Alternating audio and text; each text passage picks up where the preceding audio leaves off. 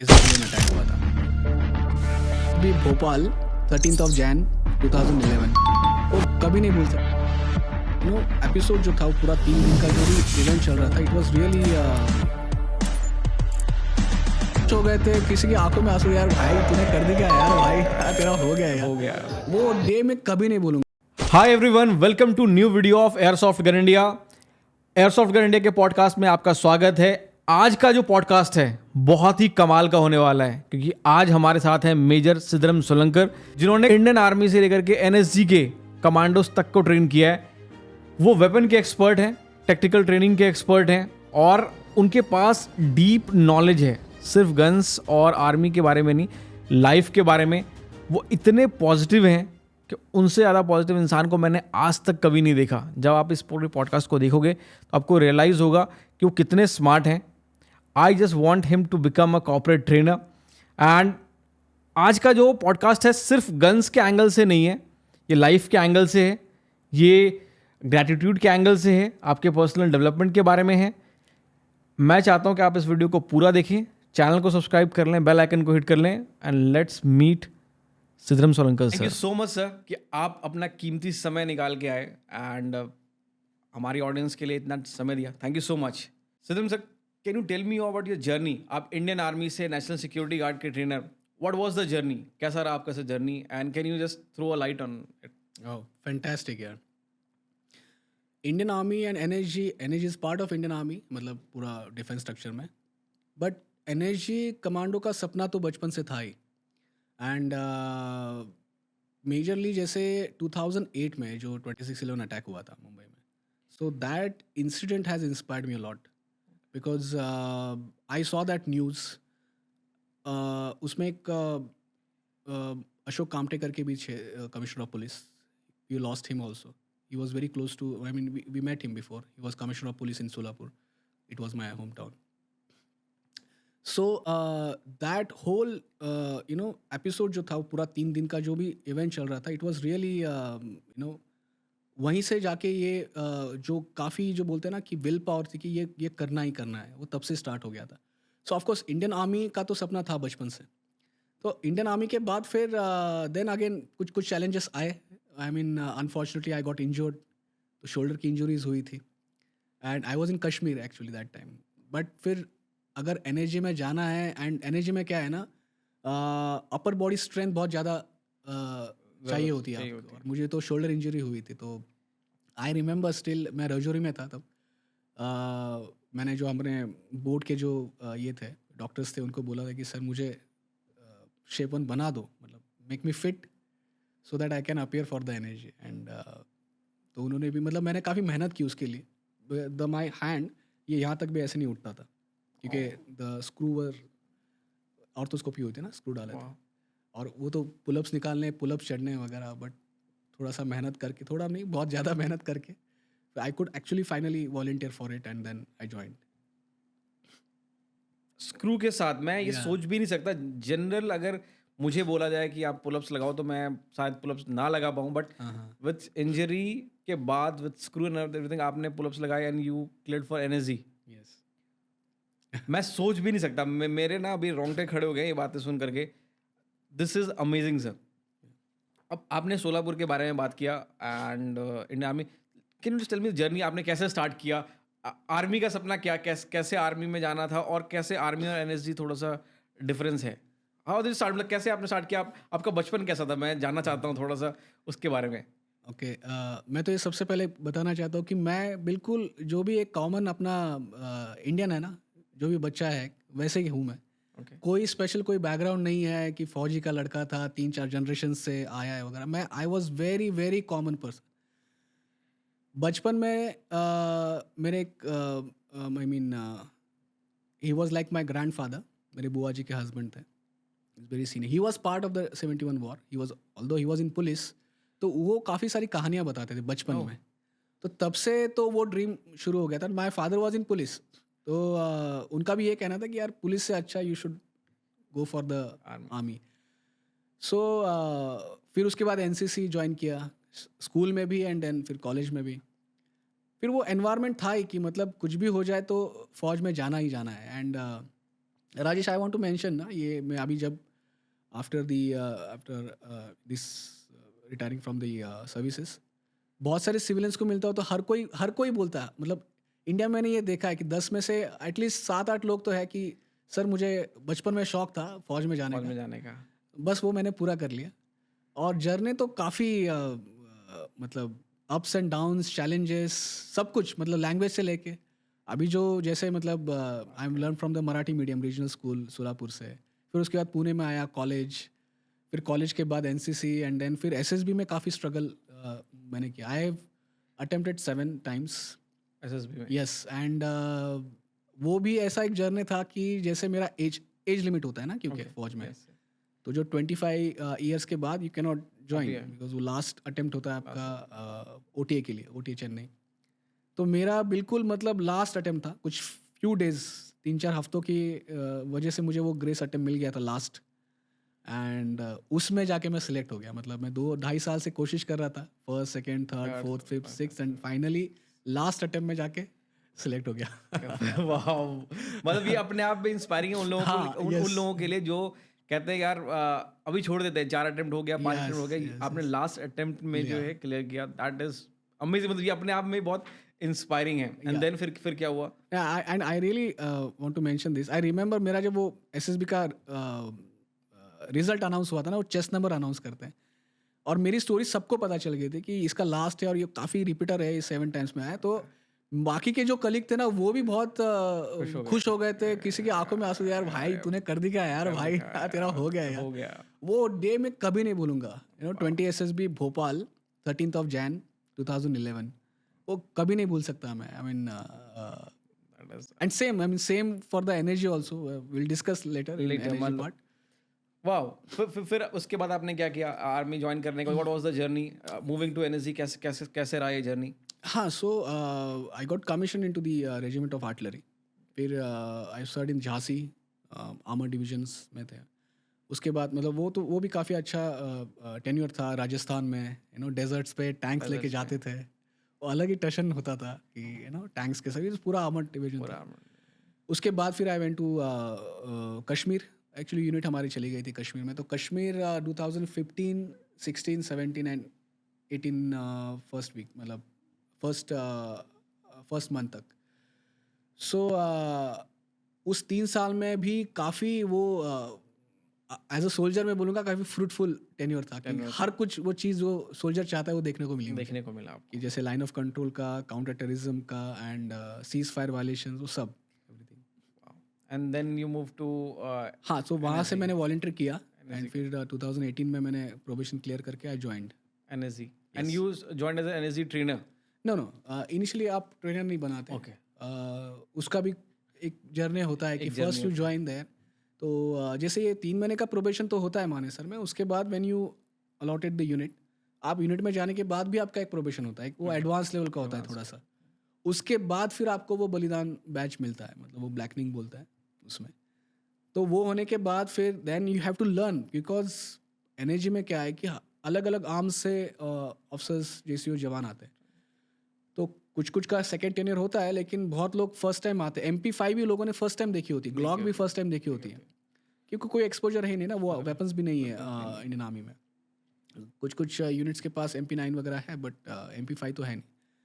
फिर वहाँ पे वो ट्रेनिंग करना पड़ता है। Then there was a competition, पूरे एनर्जी में ना एक ऑल इंडिया लेवल पे कॉम्पिटिशन होता है, एंड वो मतलब जैसे बेस्ट कमांडो टीम होती है ना, उसका एक कॉम्पिटिशन होता है, वो मानेसर में होता है। And I am very proud to say that कि वो जो हमारी टीम थी वो फर्स्ट आई थी उसमें।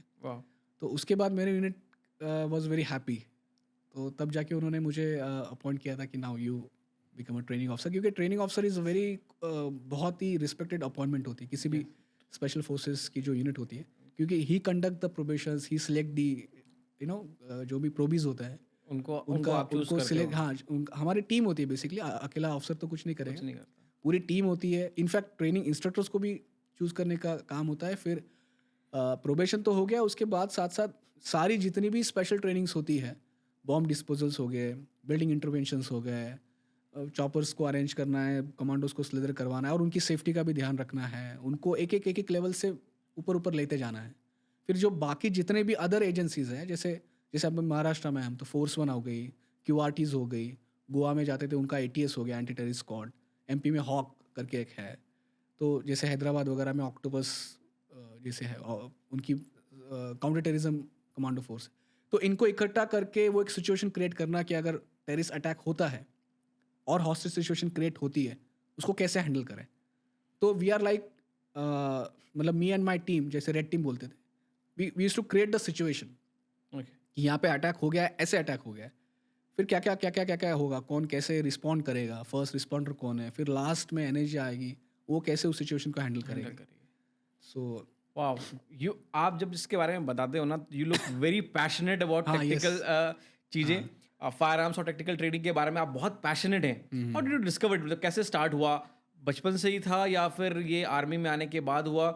व्हाट वाज द ट्रांजिशन, मतलब कैसे था, कहाँ से आपको लगा कि नहीं यार मैं बहुत ज़्यादा फायर आर्म्स के लिए या टेक्निकल ट्रेनिंग के लिए काफ़ी पैशनेट हूँ? हाँ, ये तो बचपन से very very I was very clear, बचपन से ही वो फायर आर्म्स, तो ये वर्ड पता नहीं था तब, गन बंदूक हम ऐसे बोलते थे, तो उसको लेके बचपन से ही मैं खेलता था। मतलब जो आसपास के जो मेरे जो दोस्त वगैरह होते थे, तो उनको लेके जाना है ना, छोटा छोटा वो एक क्रिएट करना सिचुएशन कि ये इंडियन आर्मी है, वो पाकिस्तान आर्मी है, तो वो तो बचपन से शौक तो था ही कि आर्म्स को देख के ना, वो जैसे एक छोटा बच्चे को जैसे कैंडी शॉप में आप लेके जाओगे तो आई स्टिल फील दैट ऐसा वो फीलिंग आ जाती है कि जैसे टॉय शॉप्स वगैरह है होती है। एंड उसके साथ टैक्टिकल ऑफ कोर्स, तो बिकॉज ये तो कोर कॉम्पिटेंस है किसी भी सोल्जर का, टैक्टिकल ट्रेनिंग।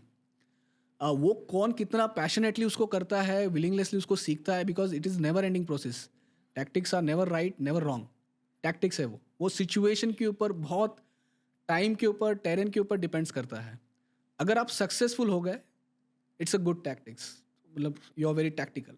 अगर आप फेल हो गए, देन यू लॉस्ट, आपके पास एक्सप्लेनेशन के लिए कोई टाइम नहीं है। आपने 400 से ज़्यादा लोगों को ट्रेन किया है और बहुत से रेस्क्यू सिचुएशन में, टैक्टिकल ट्रेनिंग में, क्या लगता है व्हाट इज़ दैट, वो क्या क्वालिटी है जिसके वजह से एक अच्छा ट्रेनी निकल के बनता है या फिर एक अच्छा एनएसजी कमांडो बनता है? कैसे, मतलब उसके अंदर क्या क्वालिटीज़ होनी चाहिए? आई एम श्योर कुछ खास होता होगा जो आप देखते होंगे या फिर जो आप लोगों के अंदर डेवलप करते होंगे। क्या है वो खास क्वालिटी? सबसे इम्पोर्टेंट क्वालिटी मुझे ये लगी है, वो है विलिंगनेस, या जो विल पावर बोलेंगे हम, इच्छा शक्ति जो होती है कि ये काम करने के लिए मैं बहुत विलिंग हूँ। विलिंगनेस मतलब अनएंडिंग, मतलब अभी भी मुझे बहुत सारे एस्पिरेंट्स के वगैरह भी कॉल या कमेंट्स आते हैं ना कि सर कैसे करना है, क्या करना है, I love this, I love that. So when I ask them, या भी जो प्रोबीज भी आते हैं कि I love this job, so what you can do for this, at what extent, कि कितनी कीमत आप चुका सकते हो उस चीज़ के लिए। अगर आपको इसको बहुत प्यार करते हो या बहुत पैशन है, तो I was like I am ready to die for this. क्या आपकी इस लेवल की तैयारी है क्या आप जान दे सकते हो? या एंड जान देनी पड़ेगी, तभी जाके देखो जो ये बलिदान बैज लगता है, एंड जो एक ग्लैमरस वो कमांडोज दिखता है ना, ऐसे ब्लैक यूनिफॉर्म पहन के, गॉगल वगैरह पहन के, उसके पीछे बहुत बड़ा सैक्रिफाइस है, बहुत बड़ा डेडिकेशन है, वो दिखता नहीं है। वो कीमत देने के लिए क्या आप तैयार हो, ये क्वेश्चन बहुत इंपॉर्टेंट है। और अगर तैयार हो तो किस हद तक, ये क्वालिटी है किसी भी कमांडोज में होनी चाहिए कि मैं जान देने के लिए भी तैयार। इसलिए तो इसको बलिदान बोलते हैं। बलिदान मतलब I have already sacrifice my life, मैंने अपनी लाइफ को देश के नाम कर दिया है। अब जो बचा है, ये जो बॉडी है, ये जो माइंड है, जो कुछ भी है, ये बस लड़ने के लिए, मारने के लिए है, ठीक। और इन प्रोसेस में अगर मैं खुद की भी जान लग जाती है तो आई डोंट केयर, मैंने बलिदान कर दिया है ना। So and it's like a heaven, जब आप बोलते हो ना कि एनर्जी कमांडो, वो बलिदान बैच, कमांडो बैच लगा है, बहुत रिस्पेक्ट मिलती है, it's like a heaven. But heaven का फर्स्ट क्वालिफिकेशन है यू हैव टू डाई। तो मरना मतलब ये ऐसे सिंबॉलिकली नहीं कि आपको बस जान ही दे दी है, मतलब आपका वो विल पावर होना चाहिए कि मैं यार सब कुछ करने के लिए तैयार हूँ, इसके लिए सब कुछ दाव पे लगाने के लिए तैयार हूँ। तभी जाके उस लेवल का वो कमांडो हो या भी जो ऑफिसर हो उस लेवल का, या जो ट्रेनिंग इंस्ट्रक्टर हो उस लेवल पे आ जाएगा। मतलब इसके लिए एक स्ट्रांग विल पावर, एक स्ट्रांग माइंड होना बहुत ज़रूरी है। यस, जस्ट फॉर कॉन्टेक्स्ट, लोगों को समझ में आए कि ट्रेनिंग क्या होती है सर, जब आप किसी को ट्रेन करते हैं ताकि लोगों को आइडिया तो लगे कि कितना क्या ट्रेनिंग होती है या कितना विल पावर चाहिए। क्या करना पड़ता है उनके लिए, क्या होता है, व्हाट्स द प्रोसेस? क्योंकि वो बहुत इंपॉर्टेंट होने वाला है, क्योंकि लोगों को हार्ड वर्क तो लोगों को समझ में आया होगा, लेकिन क्या हार्ड वर्क है उन्हें पता नहीं होगा। हाँ, यस, और ये होता भी है, ये फौज में भी होता है कि बहुत लोगों को, मेरे अभी कुछ परसों ही मेरे एक जूनियर ऑफिसर्स का भी कॉल आया कि sir I want to join NSG, आप थोड़ा सा बता देना। तो मैंने उसको भी सेम क्वेश्चन पूछा था, तू किस लेवल पे जाने के लिए तैयार है? बिकॉज करियर वीरियर नहीं बनते एनर्जी ऑफिसर्स वगैरह के, मतलब बनते तो बनते हैं, बट वो करियर में ध्यान में रख के कोई एनर्जी ज्वाइन नहीं करता। It's a reality, purely out of passion होता है वो। तो जैसे शुरू में ना एक टीयर गैस बहुत मतलब वो डरावना सा एक्सपीरियंस रहता है इनिशियली, जिसने किसने खाया उसको पता है। तो आते ही हमको एक वो चेम्बर होता है, गैस चेम्बर होता है, उसमें काफ़ी सारे टीयर गैस फोड़े जाते हैं और उसके अंदर हमको ढकेला जाता है। ठीक है, कमांडो बनना है ना, बहुत मतलब टीयर गैस के अंदर डाल देते हैं। और वो टीयर गैस मतलब क्या है ना, आप सांस नहीं ले सकते, पूरा चोक हो जाता है। ऐसे लगता है कि 10 लोगों के हाथ आपके गले के ऊपर ऐसे दबा के रखे हैं, तो पूरा चोक है आप। ठीक है, नाक में किसी ने ऐसी इतनी बड़ी मिर्च पाउडर डाल दी है तो क्या जलन होगी, और आंखें तो खोल ही नहीं पाओगे, मतलब आंखें तो ऐसा लगता है किसी ने एसिड फेंक दिया आंखों में। तो बस उस फीलिंग के साथ आपको अंदर एक कोई पुतला सा होगा वहाँ पे, है ना, कोई कर्नल राम सिंह या कोई, है ना, भूप सिंह वगैरह, कोई वहाँ पे होगा, एक हॉस्टेज वहाँ पे होगा, उसको उठा के पकड़ के बाहर लेके आना है। मतलब आपको देखना भी है, थोड़ा थोड़ा आप देख सकते हो हल्का हल्का, बट वो वहीं पे पता चल जाता है कि भाई तेरे को चाहिए ये चीज़। तो बाहर आने के बाद उल्टियाँ होती है बहुत सारा, मतलब वो वीडियोस भी है मेरे पास ऐसे, और तब जाके इंस्टाग्राम आता है, हाँ भाई कंटिन्यू करना है, आगे बढ़ना है आगे। क्योंकि क्या है, फौजी के लिए ना दौड़ना बिड़ना भी इतना ज़्यादा मुश्किल नहीं। कुछ कुछ ऐसे फौजी के दौड़ जाते हैं, अरे दौड़ा दो सर वेट डाल के वगैरह, बट ये चीज़ें जो होती है ना वो बहुत ही शॉकिंग सी होती है। इस सिचुएशन को कैसे डील करे, सबने दबा के रखा है गला वगैरह, नहीं तभी तो कमांडो बनोगे आप। क्योंकि इस लेवल का भाई मर जाऊंगा क्या होगा ज़्यादा से ज़्यादा, वो थॉट प्रोसेस जिसमें आया, क्योंकि बहुत ऑफिसर्स वगैरह भी छोड़ देते हैं। हाँ, बीच में छोड़ सकते हैं। मैं वही हाँ, पूछने वाला था, देते क्या हैं। क्या बीच में लोग छोड़ देते हैं? Yes, of course they leave, either they fail और दे लीव। तो वही होता है ना कि मतलब क्या होगा ज़्यादा से ज़्यादा, मर ही जाऊंगा ना, ठीक है यार। क्या कभी किसी का ऐसा एक्सीडेंट भी हुआ है? कोई नहीं, ऐसे टीयर गैस में किसी का एक्सीडेंट होता नहीं है। इंजरीज काफ़ी होती है, बट वो इंजरीज भी अलग अलग, मतलब फिजिकल एग्जर्शन बहुत रहता है।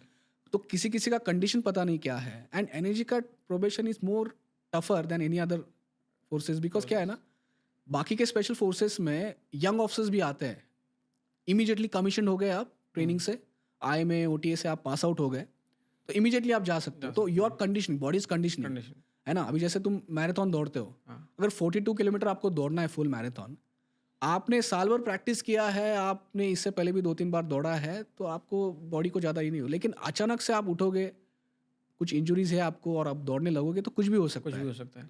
तो एनर्जी में क्या है, आपको मिनिमम एक सर्विस पीरियड देना पड़ता है 5-6 साल, उसके बाद फिर आप आते हो उसमें।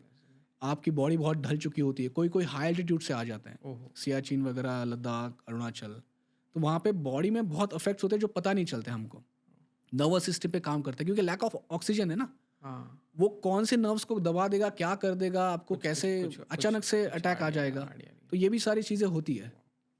बहुत मतलब टोटल एनएसजी का जो ट्रेनिंग है वो बहुत ही ज़्यादा खतरनाक होता है। एंड इट इज़, मतलब इसे मैं इमेजिन भी नहीं कर सकता। मैं सिर्फ टीयर गैस की बातें सुन कर ना मैं तो डर गया। आई एम श्योर आपने एनएसजी के ट्रेनिंग में बहुत कुछ सीखा होगा, बहुत से वैल्यूएबल लेसन्स होंगे जो आपने सीखा होगा। क्या उसमें से कुछ ऐसा लेसन है जो आप हमें बता सकते हैं जो सिविलियंस को भी रियल लाइफ में काम आ सकता है या फिर आपको काम आता है? हाँ, बहुत सारे लेसन्स हैं भाई। वन सबसे इम्पोर्टेंट तो how to handle the pressure, मतलब स्ट्रेसफुल सिचुएशन जो है, क्योंकि यहाँ पे we are a responders. NSG commandos या एनर्जी जो बनी है, it's a responders. We don't know what happen when and where. तो कब कहाँ पे क्या हो रहा है, कैसे हो रहा है, ये हमको पता नहीं है। अटैक हो जाएगा, हमको रिस्पॉन्ड करना है। तो रिस्पॉन्ड में आपके पास इनिशिएटिव नहीं रहता है। फॉर एग्जाम्पल, जो बाकी के स्पेशल फोर्सेस वगैरह जैसे होते हैं, they got the initiative eight सब एक्सटेंट कि हमको दुश्मन के इलाके में घुस के रेड करनी है। आई हैव अ टाइम, मैं चूज करूंगा time, date, terrain, route, mark, मैं खुद करूंगा। वो इनिशिएटिव हमेशा बाकी फोर्सेस के पास रहेगा, क्योंकि उनका रोल वैसा है। रोल है। एनएसजी का रोल है रिस्पॉन्ड करना। तो कब कहाँ पे अचानक पार्लियामेंट में अटैक हो गया, अचानक मुंबई में अटैक हो गया, अचानक दिल्ली में अटैक हो गया, अचानक किसी मेट्रो पे अटैक हो गया, वो हो चुका है। अभी आपको क्विकली रिस्पॉन्ड करना है। तो ये जो क्विक रिस्पॉन्स होता है ना, ये क्वालिटी, ये लेसन्स लर्न, ये हमेशा आपके मसल मेमोरी में भी आ सकता है। अगर आपके माइंड को आपने ट्रेन किया, ठीक है, body is okay, body is just a tool, mind को आपने ट्रेन किया तो आपकी जैसे डे टू डे लाइफ है, कोई कॉर्पोरेट ऑफिस में है या कोई स्कूल के कॉलेज स्कूल के एग्जाम्स वगैरह है, एग्जाम तो फिर भी हमको पता होती है कि आने वाली है, वी कैन प्रिपेयर, बट अचानक से कुछ एक्सीडेंट हो गया रोड पे या अचानक समथिंग हैपेंड, है ना, तो you can respond to that situation. ये बहुत इंपॉर्टेंट क्वालिटी हमको सीखने को मिलती है इस ट्रेनिंग के थ्रू। आप जब ट्रेनिंग की बात कर रहे थे तो कॉर्पोरेट्स की बात कर रहे थे, तो उन आजकल ये सब लोग सेल्फ डिफेंस पे बहुत ज़्यादा फोकस कर रहे हैं। सेल्फ डिफेंस के लिए कोई भी इंसान अगर सेल्फ डिफेंस के लिए अपने आप को प्रिपेयर करना चाहे, ऐसे सिचुएशन के लिए अपने आप को प्रिपेयर करना चाहे, तो किस चीज़ पे फोकस करे, किस क्वालिटी पे वो फोकस करना चाहिए एक एज एन सिविलियन को, ताकि वो हमेशा सेल्फ डिफेंस के लिए प्रिपेयर रहे?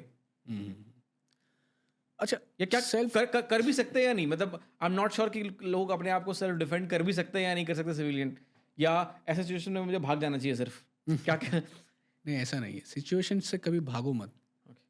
आपको अगर डिफेंड करना है तो फर्स्ट ऑफ ऑल ये भी माइंडसेट है, ये भी एक परसेप्शन है कि डिफेंड करना है या मुझे अटैक करना है। सो अभी राजेश, एक अपना, we are a human beings, so हमारा किसी भी, मतलब जितने भी क्रिएचर्स बनाए नेचर्स ने, सोर्स ऑफ क्रिएशन ने, हर एक को एक इंस्टिंक्ट दिया है टू सर्वाइव, है ना। तो टू सर्वाइव के लिए हमको, अगर वो इंस्टिंक्ट है तो ऑलरेडी हम सबके पास वो है कि हमारे ऊपर अगर हमारे जान पे खतरा है तो हम कुछ ना कुछ तो करेंगे, ठीक है। बाकी जानवर्स में जैसे कुछ पॉज रहते हैं, किसी किसी का कोई जहरीले रहते हैं, तो every one can protect themselves, वो नेचर ने वैसे बनाया ही है। ऑफ कोर्स अभी हम देखेंगे तो चिंपांजीज या ये जो मंकीज़ वगैरह हमारे पुराने ये होते थे। I want to mention this कि मेरा ये काफ़ी इस पर भी रिसर्च चल रहा है, मतलब self defence is just one tiny part of it. जैसे सूर्य नमस्कार होता है हमारा, है ना, पीपल में फाइंड इट कि थोड़ा सा ये कहाँ पे हम नहीं, सूर्य नमस्कार जैसे होता है। हम लोग इसी बात करने के लिए हम बैठे हैं। ये बहुत एंशंट प्रैक्टिस थी हमारी इस कल्चर में, जो बीच में काफ़ी डिस्टॉर्ट हो गई। But I met few masters जो who knows how to do the Surya Namaskar. एक सूर्य नमस्कार सीखने के लिए सालों लग जाते हैं। ब्रीदिंग टेक्निक्स जो होती है, वो ब्रीदिंग के साथ अगर आप करेक्ट सूर्य नमस्कार करोगे, मैं भी सीख रहा हूँ, you will not able to do even more than 6, okay, क्योंकि उतना टफ होता है, ठीक है। तो breathing is the very common element in every human being. तो जो लोग बोलते हैं ना कि पीछे से अगर कोई अटैक कर रहा है, तो पीछे तो मेरी आंख नहीं है, लेकिन उसके पास ब्रीदिंग है ना, भले वो जानवर भी होगा, तब भी वो ब्रीथ कर रहा है, मैं भी ब्रीथ कर रहा हूँ, which is a common thing. मैं अगर मेरे ब्रीदिंग को इस लेवल पे लेके जाऊँ ना, तो आई कैन जज द डिस्टेंस एग्जैक्टली, कौन से डायरेक्शन से, किस तरफ से वो मेरे तरफ अटैक के इंटेंशन से आ रहा है या फ्रेंडली होके आ रहा है। थ्रू दिस प्रैक्टिस आप अपने लेवल को उस हिसाब से ट्रेन कर सकते हो।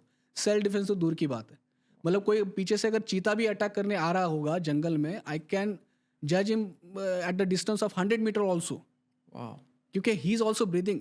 उस लेवल पे जाने के लिए हमको बहुत ट्रेन करना पड़ेगा। सूर्य नमस्कार is the only that foundation. तो अगर आपको ये इस लेवल पे आपने खुद को अगर आपने ट्रेन कर लिया, ये तो बहुत ही हायर लेवल का फॉर्म हो गया, बट एटलीस्ट अपने डे टू डे भी अगर नॉर्मल सूर्य नमस्कार भी करते हो ना, you will find the difference in you. आपको पहले से ही पता चल जाएगा कि सामने वाला व्यक्ति का इंटेंशंस क्या है।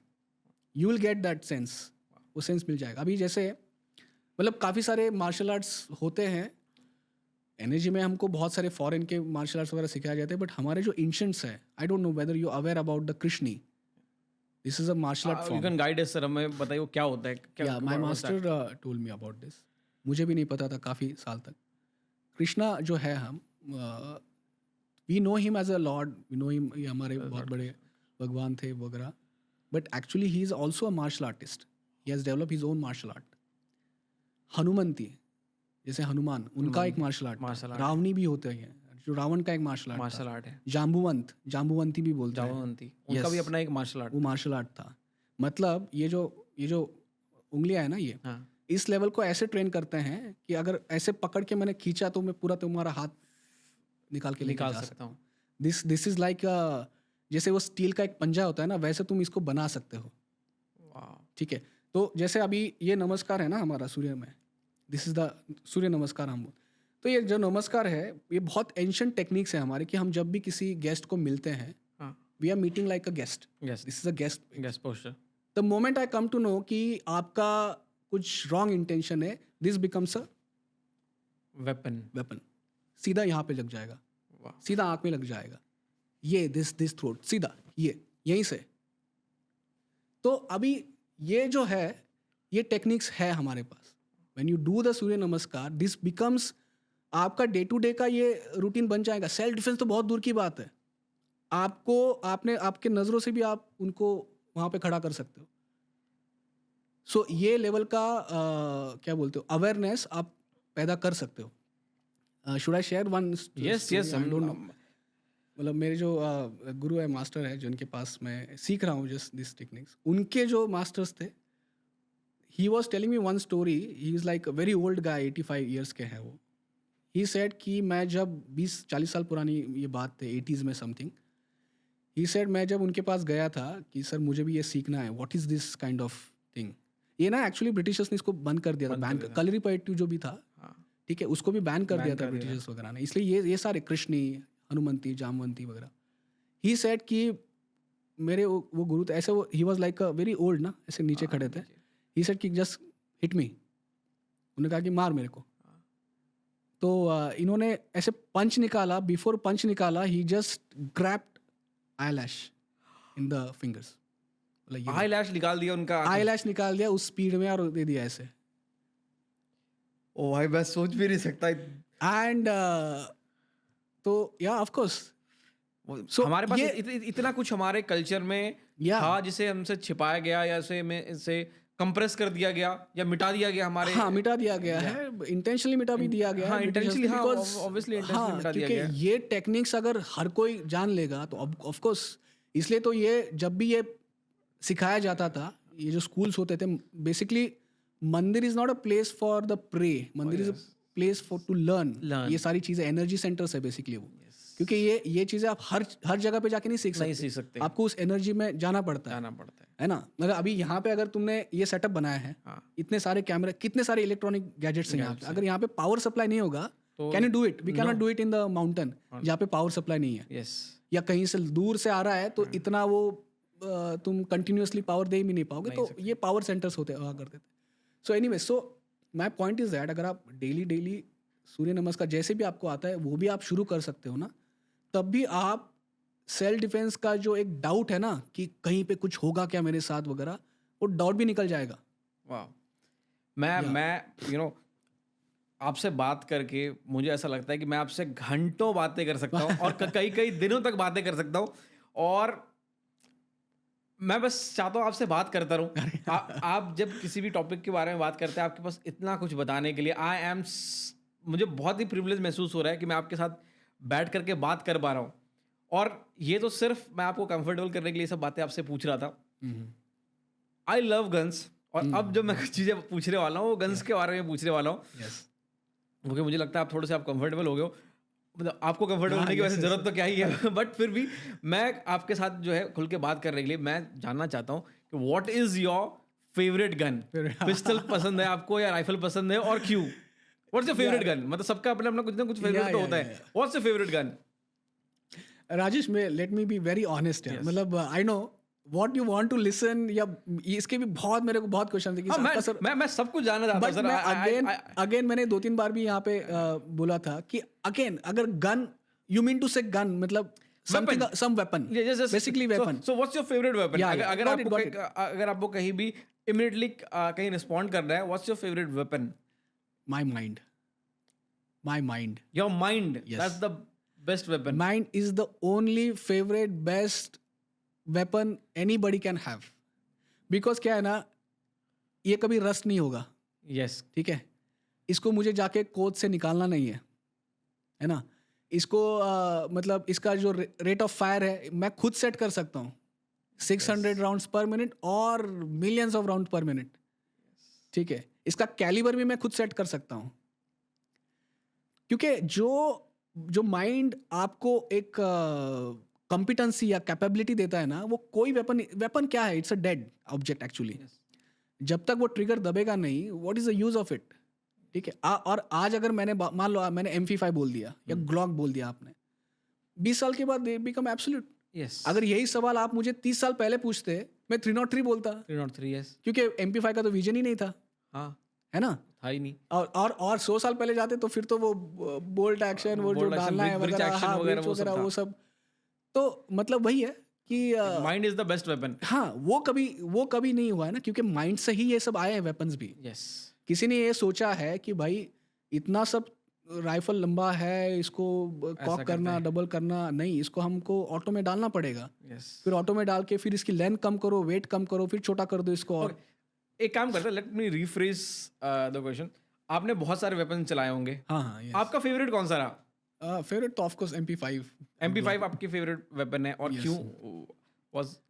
अब फेवरेट इन द सेंस कि अलग ही वो एक लव अफेयर है ना एनर्जी कमांडो का MP5 के साथ, क्योंकि जब से एनर्जी भी रेज हुई है, MP5 के साथ ही रेज हुई है, and it's a standard weapon for any energy commando. So but a fantastic weapon, good accuracy and low maintenance. उसके बाद वेरी इजी टू कैरी, है ना? क्योंकि बेसिकली तो क्लोज क्वार्टर बैटल है, बट अगर यही सेम चीज़ आप मुझे कश्मीर में पूछोगे तो of course I will not carry MP5। वो तो वहाँ पे तो AK-47 is the most suitable weapon. But NSG में आपने जो वेपन चला, आपको MP5 बहुत मजा आया? MP5, यस, MP5 ना, पिस्टल में भी ग्लॉक गुड। अभी तो MPX आ गया था, वो भी और बेटर वर्जन था। सो ग्लॉक में what do you like about Glock? क्या आपको पसंद है ग्लॉक के अंदर? Good pistol, I mean accuracy काफ़ी अच्छी है उसकी, एंड रिकॉल कंपेरेटिवली बाकी हाई ब्राइंग वगैरह जो यूज़ की थी उससे कम ही है, कम है। Easy to carry. एंड सबसे इम्पोर्टेंट पार्ट ये है कि ग्लॉक का सेम जो राउंड है वो MP5 में भी डाल सकता है, मतलब same magazines. Same, I don't have to carry different magazine for pistol, different magazine for MP5। तो आप सेम इंटरचेंजेबल है, तो Interchangeable है। You like Glock and MP5। Yes. और दूसरा क्या है ना कि मेरे पास कोई ऑप्शन भी तो नहीं दिया दूसरा। अच्छा, तो हमारे पास हाँ, मतलब और कोई ऑप्शन है भी नहीं, मतलब अभी प्रेजेंटली वही है वही है कि इससे ही काम चलाना है आपको, ऐसा है। So what do you think, how important है आपको किसी भी वेपन का मैकेनिक्स जानना? कितना इंपॉर्टेंट है आपके लिए to use it in a very, या आपको लगता है कि मैकेनिक्स जानने की मुझे जरूरत नहीं, मुझे वेपन मिला है मैं उसमें बस चलाऊंगा? नहीं, या आपको मैकेनिक्स जानना इंपॉर्टेंट है? Of course can you just mechanism जानना इंपॉर्टेंट ही है, नहीं तो आप सेल्फ इन्फ्लिक्टेड इंजुरीज कर पाओगे। अगर आपको पता ही नहीं है कि ये कैसा चलता है, इसका बेसिक तो आपको सीखना ही सीखना पड़ेगा। और बहुत सारे वर्जन्स भी होते हैं, यू कैन एक्सप्लॉइट इट। अगर रात में जाना है मुझे, तो नॉर्मल वेपन, फिर वो साइट का प्रॉब्लम आ जाएगा कि रात में कैसे देखूंगा मैं, तो फिर ग्लॉक है तो उसको पिकेटिंग रेल लगा दो, या उसको GTL टैक्टिकल लाइट्स लगा दो, या उसमें लेज़र गाइडेड ये साइट लगा दो आप। तो ये सारा ग्लॉक के साथ हम कर सकते हैं। तो मतलब ऑफ कोर्स एक्सप्लॉइट करने के लिए वो मैकेनिज्म जानना बहुत ज़रूरी है। And quick release, because again it's all related to a 360 degree warfare, that is close quarter battle. हाँ, मेरा नेक्स्ट सवाल यही था कि जब आप कोई भी टैक्टिकल प्लानिंग करते हो या कहीं पे जाते हो, तो उसके लिए क्या क्या चीज़ें आप प्लान करना पड़ता है? क्योंकि जनरल लोगों को पता नहीं लगा, लोगों को लगेगा कि अरे कोई सिचुएशन आया, आप अपने वेपन उठाया और आप पहुंच गए वहाँ पे। आई थिंक ऐसा बिल्कुल नहीं होता होगा। नहीं, ऐसा कुछ प्लानिंग होता होगा, कुछ चीज़ें आप प्रिपेयर करते होंगे। What's the process?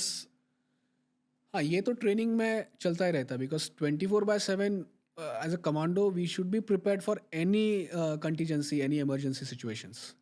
तो ऑफकोर्स कुछ टीम्स को इमीडिएटली रिस्पॉन्ड करना पड़ता है, उस जगह पे जाना पड़ता ही है। बट जब अगर हमारे पास कुछ टाइम है तो वी डू प्रैक्टिस। अगर हमको पता चल गया है कि किसी एक पर्टिकुलर लोकेशन के ऊपर अटैक हो गया है, तो उसके अगर कुछ हमारे पास पहले से कुछ रिपोर्ट्स पड़े होंगे, तो हम उसको स्टडी करते हैं, हम उसको मतलब फॉलो अप करते हैं, रिहर्सल्स करते हैं। रिहर्सल्स करते हैं। ठीक है, तो ये रिहर्सल्स बहुत ज़रूरी है, ताकि हम उस पर्टिकुलर के ऊपर ही। और टैक्टिक्स तो हर अलग का अलग अलग है ना, मतलब जितनी बिल्डिंग्स उतनी टैक्टिक्स, पूरा स्ट्रक्चर अलग हो, मेट्रो का पूरा अलग होगा।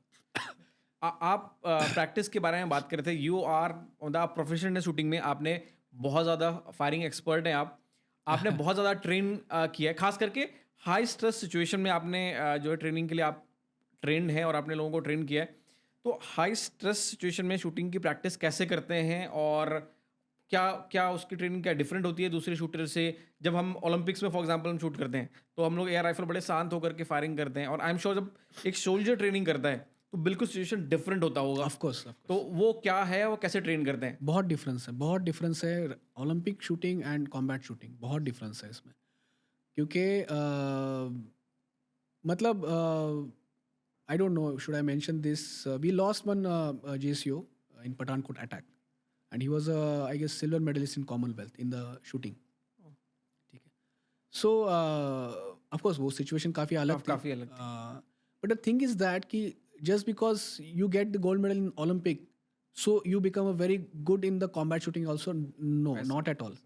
कॉम्बैट शूटिंग बहुत अलग है, एंड इनफैक्ट तो सबसे पहला डिफरेंस तो शुरू हो जाता है वेपन्स के साथ। वेपन्स पूरे अलग अलग है, उसके रेंजेस अलग है। यहाँ पे सिचुएशन क्या है, यहाँ पे आपके सामने टारगेट आपको सामने दिख रहा है, इमीडिएटली आपको पीछे से फायर आ जाएगा या दाहिने बाएं से फायर आ जाएगा, क्योंकि क्लोज क्वार्टर बैटल में 360 डिग्री पूरा घूमता रहता है। स्ट्रेस काफ़ी है आपके ऊपर, और आपको हॉस्टेज को भी रेस्क्यू करना है। एक्यूरेसी को आप कॉम्प्रोमाइज़ नहीं कर सकते। सरप्राइज को आप किस लेवल पे आप मतलब उसका यूज़ करोगे और कब जाके आप उसको तोड़ोगे, क्योंकि वंस अ सरप्राइज लॉस्ट उसके बाद सारे डायनामिक्स चेंज हो जाएंगे शूटिंग के भी। तो जैसे मतलब हम use to carry the lot of weight, है ना, कि एम्यूनिशन बॉक्सेस होते थे, उसमें काफ़ी सारी मिट्टी भरी जाती थी 20-20 किलो के, उसको उठाना है, स्प्रिंट मारनी पूरे गियर के साथ, स्प्रिंट मारने के बाद उसको छोड़ना है, फिर वेपन को लेना है, मैगजीन को डालनी है और फिर शूट करना है, फिर देने कंधे से भी चेंज करना है, फिर नीलिंग पोजिशंस पे करना है, और ये सब कुछ आपका 50-60 सेकेंड्स में ख़त्म होना चाहिए, इंक्लूडिंग स्प्रिंट। यस। तो जब हम लोग एयर राइफल्स या एयर गन्स की बात करते हैं, उसमें जो शूटिंग होता है वो जनरली सब कुछ जो है मेंटली होता है, और वो बहुत शांत शूटिंग है। एंड जिस शूटिंग की आप बात कर रहे हैं, जो जिसमें आप एक्सपर्ट हैं, आई थिंक वो फिजिकल बहुत ज़्यादा है। बट क्या आपके अंदर भी, आपकी शूटिंग में भी बहुत कुछ मेंटल है, या माइंड फोकस का बहुत इंपॉर्टेंस है क्या, या फिर ये सिर्फ फिजिकल ही है? No, it's a mental, in fact it's all about mental. Physically ये काफ़ी दिखता है एग्जॉस्टिंग और काफ़ी डायनामिक, कि वो कूद रहा है, दौड़ रहा है, यहाँ वहाँ रोलिंग कर रहा है, ये सब कर रहा है, रोल करके फायर कर रहा है, आड़ में जाके फायर कर रहा है, दिखने के लिए फिजिकल लगता है, बट ये मेंटली ही है पूरा। क्योंकि अगेन एक कॉमन फैक्टर है, जो भी ओलंपिक मेडलिस्ट होगा या कॉम्बैट शूटिंग में होगा, वो है ब्रीदिंग। अगर जिसके पास ब्रीदिंग का जो वो ये है, मतलब जिसके पास ब्रीदिंग का कंट्रोल है, वो गोल्ड मेडल्स भी ला सकता है, या फिर वो बहुत अच्छा कॉम्बैट शूटर भी हो सकता है। You have to practise on your breathing. दिखने में कितना, क्योंकि मैं क्या करता हूँ, मैं उठा के स्प्रिंट मारता हूँ तो मैं अपने सांस को बहुत फुलाता हूँ ताकि हाई स्ट्रेस क्रिएट हो जाए, क्योंकि मुझे ऐसे स्ट्रेस कर कभी चढ़ना है मुझे, या ऊपर से कूद के मैं रैपलिंग करके आके सीधा अंदर घुस गया इसके अंदर और मुझे शूट करना है। इस सिचुएशन में इसलिए डाल रहा हूँ मैं, ताकि मैं ये सिचुएशन के अंदर ही मुझे काम करना है, या इससे भी वर्स्ट सिचुएशन जो कभी इमेजिन नहीं किया है। You have to fire under a situation which you never imagine. तो उसके लिए आपको मेंटली प्रिपेयर्ड रहना, मेंटली काफ़ी स्टेबल, काम, कंपोज रहना बहुत इंपॉर्टेंट है। Rajesh, you also have tried lot of shooting with your airsoft. बहुत सारे guns. Just do one thing, आप बहुत गुस्से हो जाओ, बहुत एंगर लाओ एंड ट्राई टू फायर। उसके बाद यू बिकम, थोड़ा सा मेडिटेशन करो, है ना, आलोम विलोम, या just control the sauce, then shoot. You will see the difference. Same range से, सेम वेपन से, सेम टारगेट पे करना, you will see the difference. So angry mind के साथ you can not fire accurately. मैं अभी कुछ देर पहले मैं किसी से बात कर रहा था विद एयर राइफल शूटिंग, और उन्होंने बताया कि एयर राइफल शूटिंग जो है वो सब माइंड का गेम है, और आप बहुत कंपोज होते हो। और तभी क्योंकि मैं आपसे बात करने वाला था, तो फिर मैंने सोचा कि जब हम एक एयर राइफल पर टारगेट लेते हैं तो हम 2 सेकंड, 5 सेकंड, 6 सेकंड रुकते हैं, फिर फायर करते हैं। और एक आर्मी या एक कमांडो जब ट्रेनिंग, जब फायरिंग करता है, तो मुझे तो लगता है उनको सोचने का भी समय नहीं लगता। एंड आई थिंक उनका जो फायरिंग है वो तो बिल्कुल ही अलग है, बिल्कुल ही डिफरेंट है। एंड आई थिंक वो सबसे ज़्यादा हार्ड है। मेरे ख्याल से ओलंपिक से ज़्यादा वो अगर आप देखें तो वो हार्ड है, क्योंकि हम यहाँ सिर्फ एक्यूरेसी की बात नहीं कर रहे हैं। अगर हमें किसी को बचाना है जो कि हाई स्टेक पे है, एक जनरली जब एनएसजी आता है तो होस्टेज सिचुएशन से लोगों को बाहर निकालने के लिए आता है, और वहाँ तो बहुत कुछ लाइन पे है किसी की जिंदगी। आई थिंक वो काफ़ी डिफिकल्ट है, और उसका ट्रेनिंग मैं, क्योंकि देखिए जब कोई भी शूटर है या फायरिंग करता है तो हम क्या करते हैं 10 मीटर पे एक टारगेट लगाते हैं, बड़े आराम से पहले अपने आप को रिलैक्स करते हैं, फिर राइफल हाथ उठाते हैं, फायरिंग करते हैं, फिर हम पॉइंट्स गिनते हैं। और मैं सोच भी नहीं सकता कि एक आदमी हेलीकॉप्टर से उतरता है, है ना, जहाँ से सामने से भी गोलियां आ रही है, अपने आप को भी बचाना है, हमें रेस्क्यू भी करना है, और ये तो काफी सारा नेक्स्ट weight carry कर रहा है वेट भी है। और ये सोचने में कितना इम्पॉसिबल लगता है अगर आप से ब्रेक डाउन करो तो ये आई थिंक ये सब कुछ माइंडसेट के ऊपर ही है। I think right approach, mindset तो है। You guys are super hero मतलब नहीं बट मैं ये बोलूंगा, let's not compare Olympic and the combat shooting. Let's not compare apple with oranges. हाँ, ऐसा है वो। हाँ, that is also very difficult, क्योंकि आप वर्ल्ड लेवल के ऊपर सारे अच्छे एथलीट्स के साथ compete कर रहे हो। I am not trying to demean people इट। have- हाँ, बट और मैं सबके लिए बात कर रहा हूँ, But this is special. Yes, This combat shooting skill is special. You can call it a special. This is not a regular shooting, or Yes. it is not easy. Definitely not easy. This is a special. That's why it's called a special force ना, क्योंकि ये special है। ये जो काम करते हैं, क्योंकि उस इतने stress environment में accuracy को भी maintain करते हुए जाना है आपको, and आपको hostage को rescue करना है। It's a special job. उसके लिए आपको भी काफ़ी dedication देना ही पड़ेगा उसके लिए। तो of course it's mental. It's all about your mind. ठीक है, क्योंकि body is just like a tool. वो आप जैसे माइंड को आप मतलब आपके थॉट में ना, जैसे आप कभी ट्राई भी करना कि लास्ट मोमेंट पे बिफोर पुलिंग द ट्रिगर एक वेरी क्लियर थॉट आप बोलो कि I will hit the bullseye, या जो भी 9-10 आपका जो भी टारगेट कराएगा, आई विल हिट दैट। या वो पार्ट को इमेजिन करो, अगर दिख रहा है तो उसको देखो, आई विल हिट दैट। ये बिल्कुल स्ट्रॉन्ग से भी अगर आपका आ जाता है ना, और आपने अपने उस लेवल पे आपको ट्रेन किया है, इट विल हिट देयर। तो वो क्या है, मतलब हाथ वगैरह जो है वो तो सब टूल्स की तरह यूज हो रहे हैं ना। सेम ही हाथ, सेम ही शूटर है, अलग अलग उसके रिजल्ट्स होते हैं, क्योंकि अलग अलग माइंड सेट्स है हर एक के, अलग अलग लेवल है सबका। तो बेसिकली तो माइंड को सेट नहीं करना है किसी भी चीज़ में, माइंड को कम्प्लीटली ओपन रखना है और क्लियर रखना है। हम काफ़ी सारे इंप्रेशंस को लेके कैरी करते हैं, इतने बैगेजेस को लेके कैरी करते हैं। इनफैक्ट ओलंपिक में भी जो फेल होता है उसके ऊपर भी बहुत सारा वेट होता है, वो दिखता नहीं है। Invisible weight. हाँ, कि अगर मैं फेल हो गया तो अगर यहाँ से ये मेरा लास्ट चांस है, अभी इसके बाद क्या होगा। Everybody carries a weight. Even you normally भी तुम कैरी करो, फायर करोगे कि अभी आज कौन सी दूसरी शूटिंग है, क्या आज कहीं और शो है, क्या कहीं जाना है। ये सारा बैगेजेस है ना। वो तुम सिर्फ, अगर तुम कुछ भी नहीं है, यू आर कम्प्लीटली जीरो, जो जीरो स्टेट है ना, उस पर अगर तुम फायर करोगे ना, वो बुलेट जहाँ बोलोगे वहाँ लगेगी। So let me mention one story, ये सब ने सुना भी होगा। महाभारत में Arjun is a great warrior, है ना। यू मस्ट हैव हर्ड ना कि मछली का जो रिफ्लेक्शन था, जो ऊपर घूम रही थी, रहा था, उसने नीचे रिफ्लेक्शन देखा और ऊपर उसने टारगेट किया, एंड वो मछली के बिल्कुल आँख में लगा।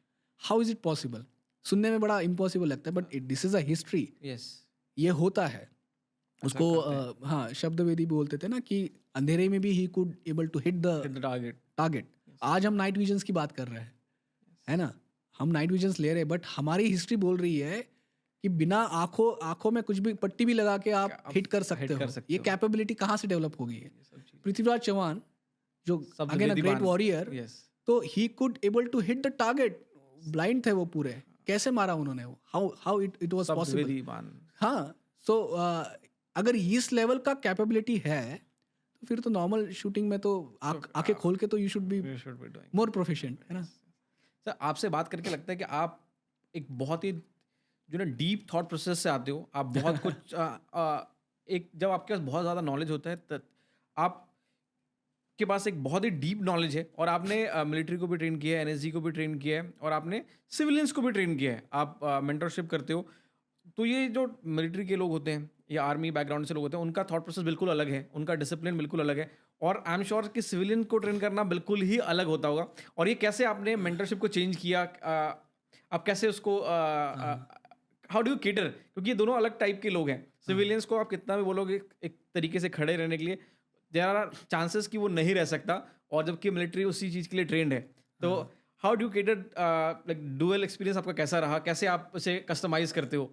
या let me share my experience. या मैंने जितना देखा है ना, आई डोंट नो यार, बट मैंने जितने भी सिविलियंस के साथ काम किया, they are highly disciplined. Okay, I never find, क्योंकि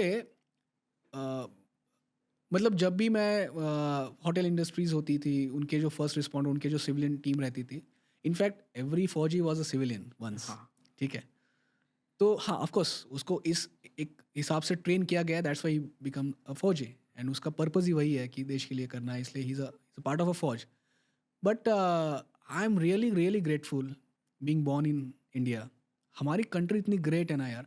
हमारे में जो फौज की इज्जत है ना, आई डोंट थिंक कि दुनिया के किसी भी फौज में वैसी इज्जत किसी फौजी को मिलती होगी किसी भी कंट्री में। बट सिविलियंस का मेरा एक्सपीरियंस ऐसा है कि दे आर वेरी, मतलब एक्साइटेड, वेरी जोश काफी भरा जोश होता होता है है, उनमें। passionate हाँ, होता मैंने है। तो यही देखा हाँ, है। 10 में से सब ऑफ लोग कोर्स आर्मी क्या में करना है जाना उनको शायद पता नहीं हो, हाँ या फिजिकली वो तैयार न हो तैयार ना हो। कि जैसे फौजी तो दौड़ लेगा, चलो ठीक है, बीपीडी दौड़नी 5 किलोमीटर, वो नहीं दौड़ पाएगा, लेकिन उसको वो दौड़ने की चाहत बहुत है। चाहत बहुत वो राइफल उठा के हाँ सर जितना कर पाए वो कर सकता है। सो और जिसके पास वो विल पावर है ना, उसको ट्रेन करना इज़ वेरी इजी, ओके। ठीक है। इनफैक्ट जो बहुत सारे माइंडसेट लेके कैरी करके आ रहा है, क्योंकि मेरे को एनर्जी में भी ये प्रॉब्लम होता था, बहुत सारे पैरा से आते थे, फिर कोई कोई इन्फेंट्री बटालियन से आते थे, अलग अलग आर्म से आते थे, इवन पैरामिलिट्रीज की भी आते थे, जैसे बीएसएफ वगैरह। हर कोई अपना अपना एक माइंडसेट लेके आता लेके था आता था। कि सर हम, मैं कश्मीर में था, आरआर में था, हाँ, ये ऐसे कर किया रहे था हैं। मैंने, वैसे किया था। अरे भाई, but see the best student कौन होता है कि जो बिल्कुल भी उसका दिमाग खाली ब्लैंक है, होता है। हाँ, उसको ही तो आप सिखा सकते हो, हाँ है ना।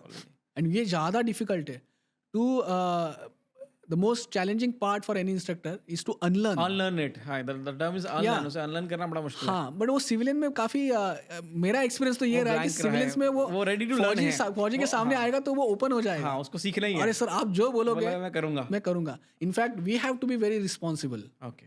As an instructor, as a fauji, as a ex serviceman, we have to be very responsible, क्योंकि वो बहुत ही ओपन माइंड लेके आ रहा है। आप जो भी बोलोगे वो वैसे के वैसे करेगा। कार्व्ड करेगा अपने माइंड के ऊपर। वाह। आपके सर करियर में बहुत से ना इम्पैक्टफुल मोमेंट्स आए हैं लाइफ में। कुछ चीज़ें होती हैं जो बहुत इम्पैक्टफुल है। कोई एक सर मेमोरी है जो अरे जिसने आपकी लाइफ को चेंज कर दिया, ऐसा Of कुछ course, कुछ of कुछ ऐसी course. कहानी? वह एक तो मैंने आपको ऑलरेडी बता दिया था, मेरा जो एसएसबी का रिकमेंडेशन हुआ था। उससे भी पहले मेरा बचपन से और भी सपना था, जो राजपथ देन अभी कर्तव्य पथ जिसको बोलते हैं ना, एनसीसी का जो रिपब्लिक डे परेड होता है, हाँ। उस पर मार्च करना। मार्च करना। एंड वो मैंने स्कूल में भी ट्राई किया था, नहीं हो पाया था। फिर कॉलेज में जाके फाइनली मैंने वो अचीव किया। मेरे लाइफ का सबसे बड़ा इंपॉर्टेंट जो है ना वो रिपब्लिक डे आरडी पे परेड ही है। RD क्योंकि मैंने बड़े मुश्किल से आरडी परेड के लिए प्रिपेयर किया था। पंजाब साइड तो बहुत ज़्यादा ही ये डिफिकल्ट होता है, तो मैंने बिल्कुल हाँ, यस। क्लियर किया। पालमपुर में हमारा कैंप था और फिर पापा ने मुझे फ़ोन करके बोला नहीं वापस आ जाओ, क्या कर रहे हो तुम, 10th के एग्जाम्स हैं। तो इसलिए मैं आरडी परेड को अभी भी मिस करता हूँ। और जब भी मुझे कोई आरडी परेड की बात करता है मुझे लगता है अरे यार वो आई गेस मुंबई वगैरह में मैंने इतना उसका क्रेज नहीं देखा है, बट लुधियाना में, पंजाब में तो इसके लिए लोग, मतलब जो एनसीसी में लड़के नहीं, होते हैं। महाराष्ट्र में बहुत है यार, हाँ, बहुत ज़्यादा। हाँ, मुंबई तुमने देखा नहीं होगा। हाँ, मुंबई में। हाँ, but I am from Maharashtra Maharashtra में कॉन्टिजेंट, तो और मैंने देखा। महाराष्ट्र कॉन्टिजेंट तो लाइक हाँ, सब लोग कहते हैं कि नहीं आरडी परेड करना है। आरडी परेड जो और है ये सबसे डिफिकल्ट है। 6 फीट की हाइट आपका मिनिमम क्राइटेरिया है। तो मेरे को देख के लोग बोलेंगे नहीं, but I was the best cadet of air wing NCC, तो तब जाके सिलेक्शन हो गया था। उसमें उसी कैंप में बेस्ट कैडेट भी वो चूज करते हैं। yes, तो yes, आप yes, पूरे yes. एग्जामिनेशंस देते हो। Yes, yes, और एनसीसी में अलग ही एक एक्सपीरियंस होता है जिन लोगों को एनसीसी के बारे में पता है। यस, एंड वो जो टाइम था 26 जनवरी 2006, एंड हम ऐसे मार्च करते हुए जा रहे हो, कदम कदम बढ़ाए जा, एंड द मोस्ट इम्पैक्टफुल बोलोगे ना तुम, तो वो मोमेंट ऐसा था कि अपने इंडिया के सबसे मोस्ट लवेबल प्रेसिडेंट है ना, doctor APJ Abdul Kalam, he was standing right there and he was saluting, and हम लोग उनको सैल्यूट कर रहे हैं। वो मोमेंट था, वो 50 मीटर जो डायस से हमने क्रॉस किया उसको, तो that was the moment I will never forget. उसके बाद जब मैं रिकमेंड हुआ that day, and then of course the commissioning, passing out parade तो हमेशा एक ऑफिसर्स की लाइफ में वो भी बहुत इमेजिन करते थे। जैसे स्टडी टेबल पे लगा रहता था ना पीओपी का फोटो, वो लक्ष्य का जो मूवी है ना, ऋतिक रोशन का, तो उससे वो फोटो कैप्चर करके हमने उस पर लगाया था। और आपने सिर्फ उसको अचीव किया, तो आई एम श्योर कि वो अभी भी आपके सामने जो है ना माइंड में होता है। एंड फाइनल मोमेंट जब बलिदान बैच लगा एनर्जी का, दैट वाज द वो तो हाँ, उसका कुछ उसका इम्पैक्ट तो आपको बहुत से लोग देखते हैं, बहुत से लोग आपको देख करके इंस्पायर्ड होते हैं, एंड आपकी जर्नी से बहुत इंस्पिरेशन उनको मिला है। तो और वो अगर उसको सीखना चाहते हैं, फॉर एग्जांपल कोई आर्मी में नहीं है, या आर्मी में फॉर एग्जांपल कोई सिविलियन आपसे सीखना चाहता है टैक्टिकल ट्रेनिंग या डिसिप्लिन लाइफ, तो do you offer some kind of course, और या आप ट्रेनिंग करते हो या वर्कशॉप करते हो कुछ? अभी ऐसा कुछ ऑर्गेनाइज तो नहीं किया है, जैसे कुछ मतलब कुछ कुछ पर्सनल्स में आते हैं या कुछ रिलेटिव्स या होते हैं, उनसे थ्रू आ जाता है recommendation. But yes, I am planning in future to coming do it, soon. क्योंकि मुझे या बहुत से लोगों को ना ये सीखना है, एंड बहुत से लोगों को ऐसी ट्रेनिंग्स चाहिए। क्योंकि आई थिंक जब आप आदमी का माइंड बहुत स्ट्रांग हो जाता है, या वो उस चीज़ों के लिए ट्रेंड हो जाता है, तो even in life, corporate life में भी, या फिर अगर वो सिविलियन वर्क में भी काफ़ी मदद मिलती है। Of course, of course, of course. Do you think it will help? Yeah, definitely. ये because I don't know whether I'll be a good instructor or not. But only नहीं, ये तो आपने सर ऐसी बात बोली कि आप गुड इंस्ट्रक्टर तो but कौन बनेगा? definitely I will share my experience and मतलब यार सबसे एक इंस्ट्रक्टर का सबसे बड़ा ये होता है ना कि उसका स्टूडेंट तो उससे भी बेटर बने। बेटर, हाँ। सो मैं तो ये बोलता हूँ कि मेरे जैसे क्यों बनना, आप मेरे से भी बेहतर बनो। समथिंग आपकी स्टोरी और इंस्पायर करे लोगों को, यू नो।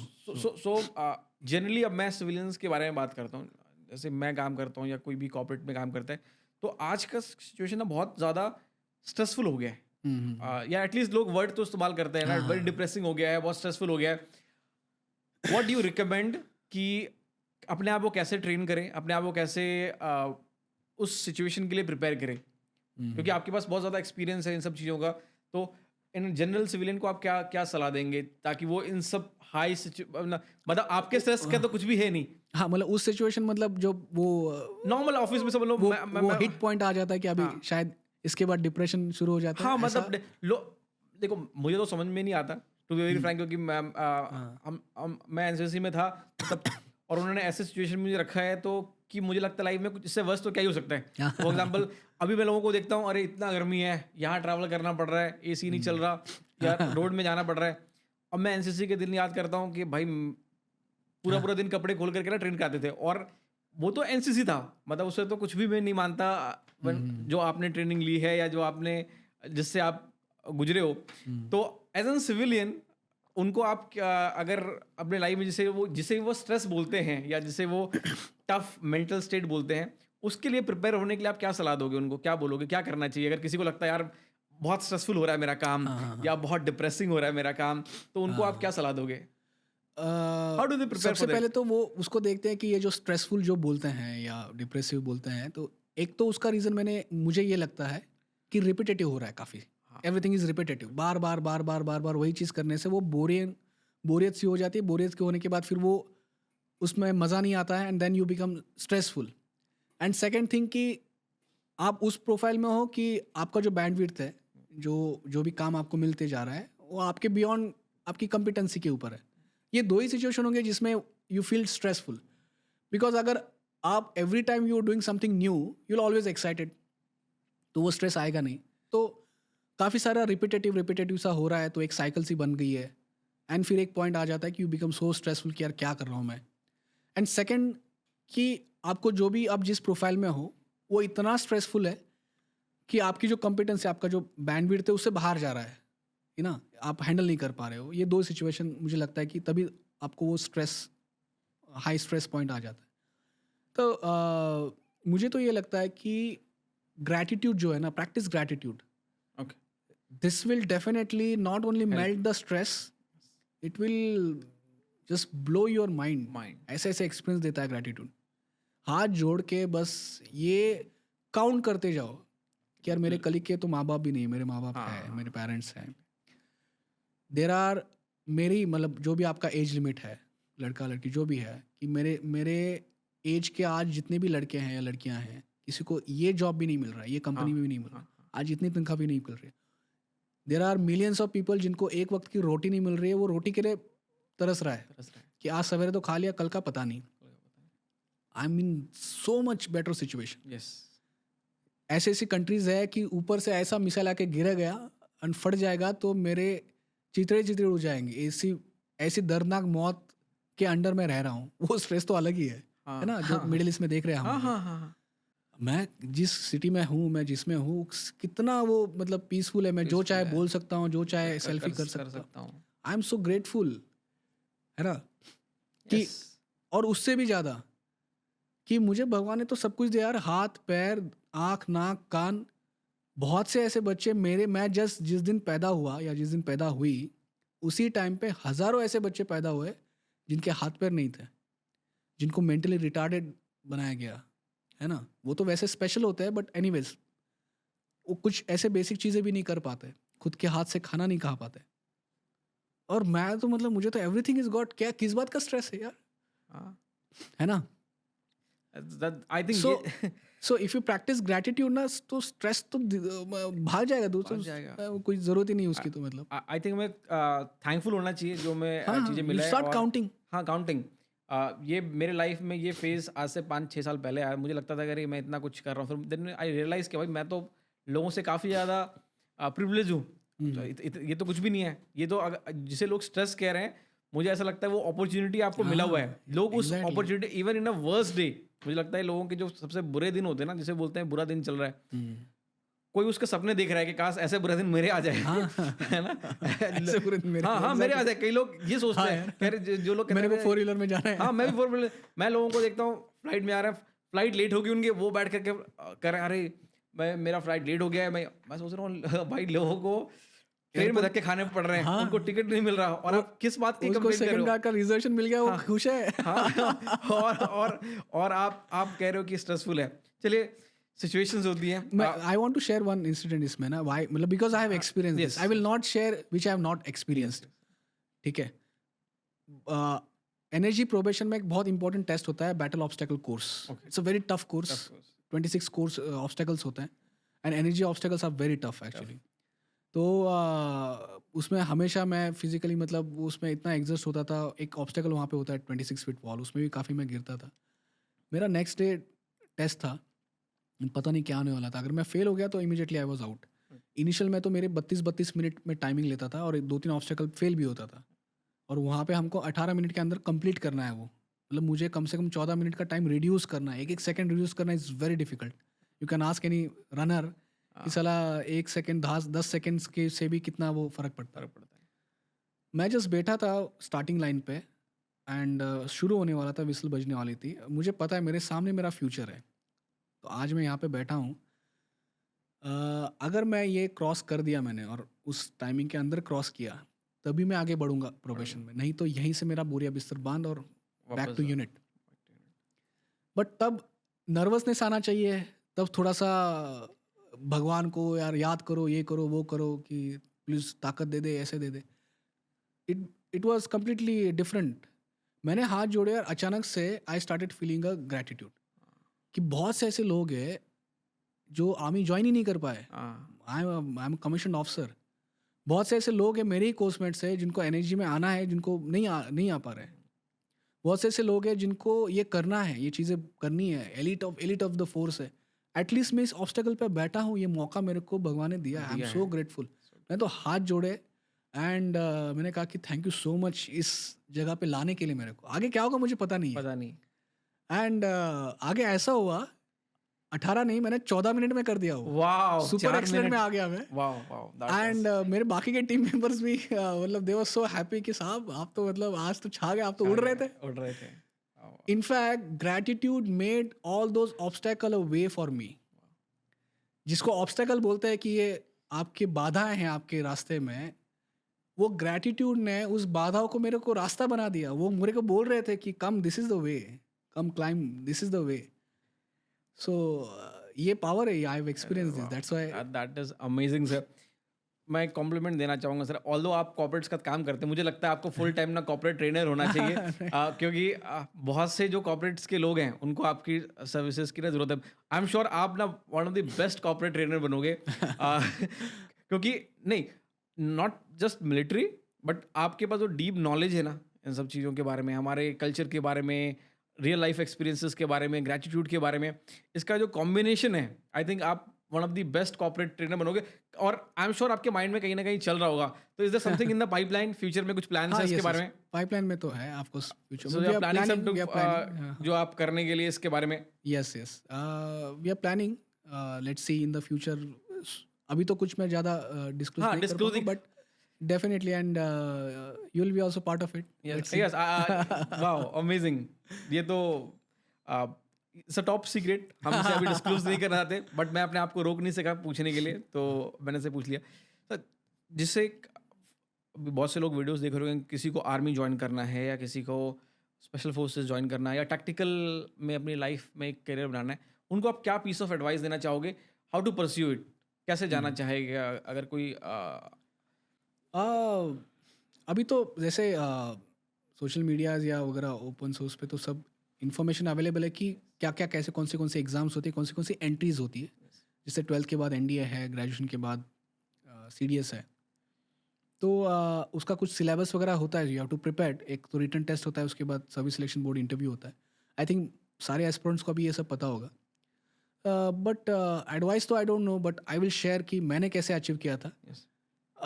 छोड़ना मत यार, ठीक है? बहुत लंबा जाना, मतलब छोड़ने के लिए अगर ज्वाइन करना है तो फिर क्यों अंदर आ रहे हो, ऐसा है। एंड क्या करोगे छोड़ के भी, कहाँ जाओगे? Once you lost all for ever, ठीक है?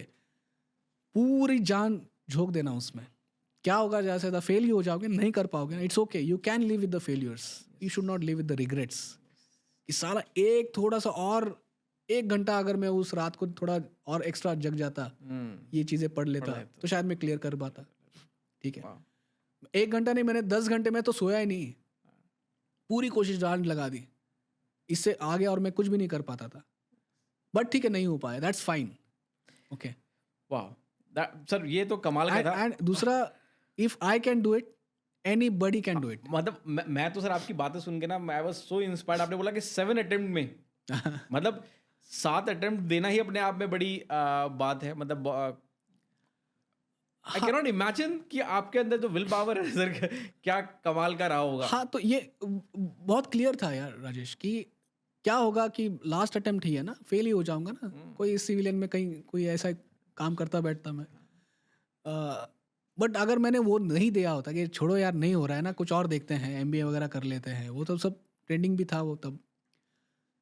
बट फिर वो जाके अभी बैठ के मैं रिग्रेट करता कि यार नहीं यार, एक अटेम्प्ट मेरा बचा था एसएसबी का, है ना। सो वो रिग्रेट बिल्कुल नहीं है। And you see the result also of it. Amazing sir. अब कुछ मेरे पास सवाल हैं स्पेसिफिक, ठीक है? ये सवाल जो है जस्ट फॉर फन है, जस्ट फॉर माई नॉलेज है ना। हो सकता है आपको कुछ में से कुछ सवाल थोड़े अजीब लगे या आपको लगे कि अरे ये क्यों पूछ रहे हैं राजेश। लेकिन मेरे कुछ सवाल हैं, और फिर से वही सवाल है क्योंकि मेरा फेवरेट टॉपिक है गन्स। आपने जो MP5 जो वेपन चलाए हैं, उसके अलावा अगर आपको सिर्फ एक वेपन, मैं सारी वेपन्स की बात कर रहा हूँ जिसके बारे में आपने रिसर्च किया है या देखा है, अगर आपको सिर्फ एक वेपन चूज करना हो, आप क्या चूज करोगे? रेस्ट ऑफ द लाइफ आपके पास सिर्फ एक ही वेपन रहेगा। Rest of the life? Yes. अगर एक फायर आर्म आपको चूज करना हो तो आप क्या चूज करोगे? Okay, apart from the mind, I know your mind is very sharp. Of course. I don't see it in that way, because what is the use of that weapon? Like rest of my life, क्योंकि weapon तो based होता है हर situation, कौन सी क्या किस situation में मैं जाऊंगा उसके ऊपर यही होता है सर, आप बहुत एक्सपर्ट होते हो ना, तो आप सब कुछ एनालाइज करते हो। हाँ, exactly. So I never thought in that way, but definitely I will think कि अगर rest of my life, in fact I would choose not to choose any weapon. Yes, हाथ पैर को मैं इतना ट्रेन करूंगा मैं, हाँ, मतलब मैं हाथ पैर को इतना ट्रेन करूंगा कि मुझे वेपन की जरूरत ही ना पड़े।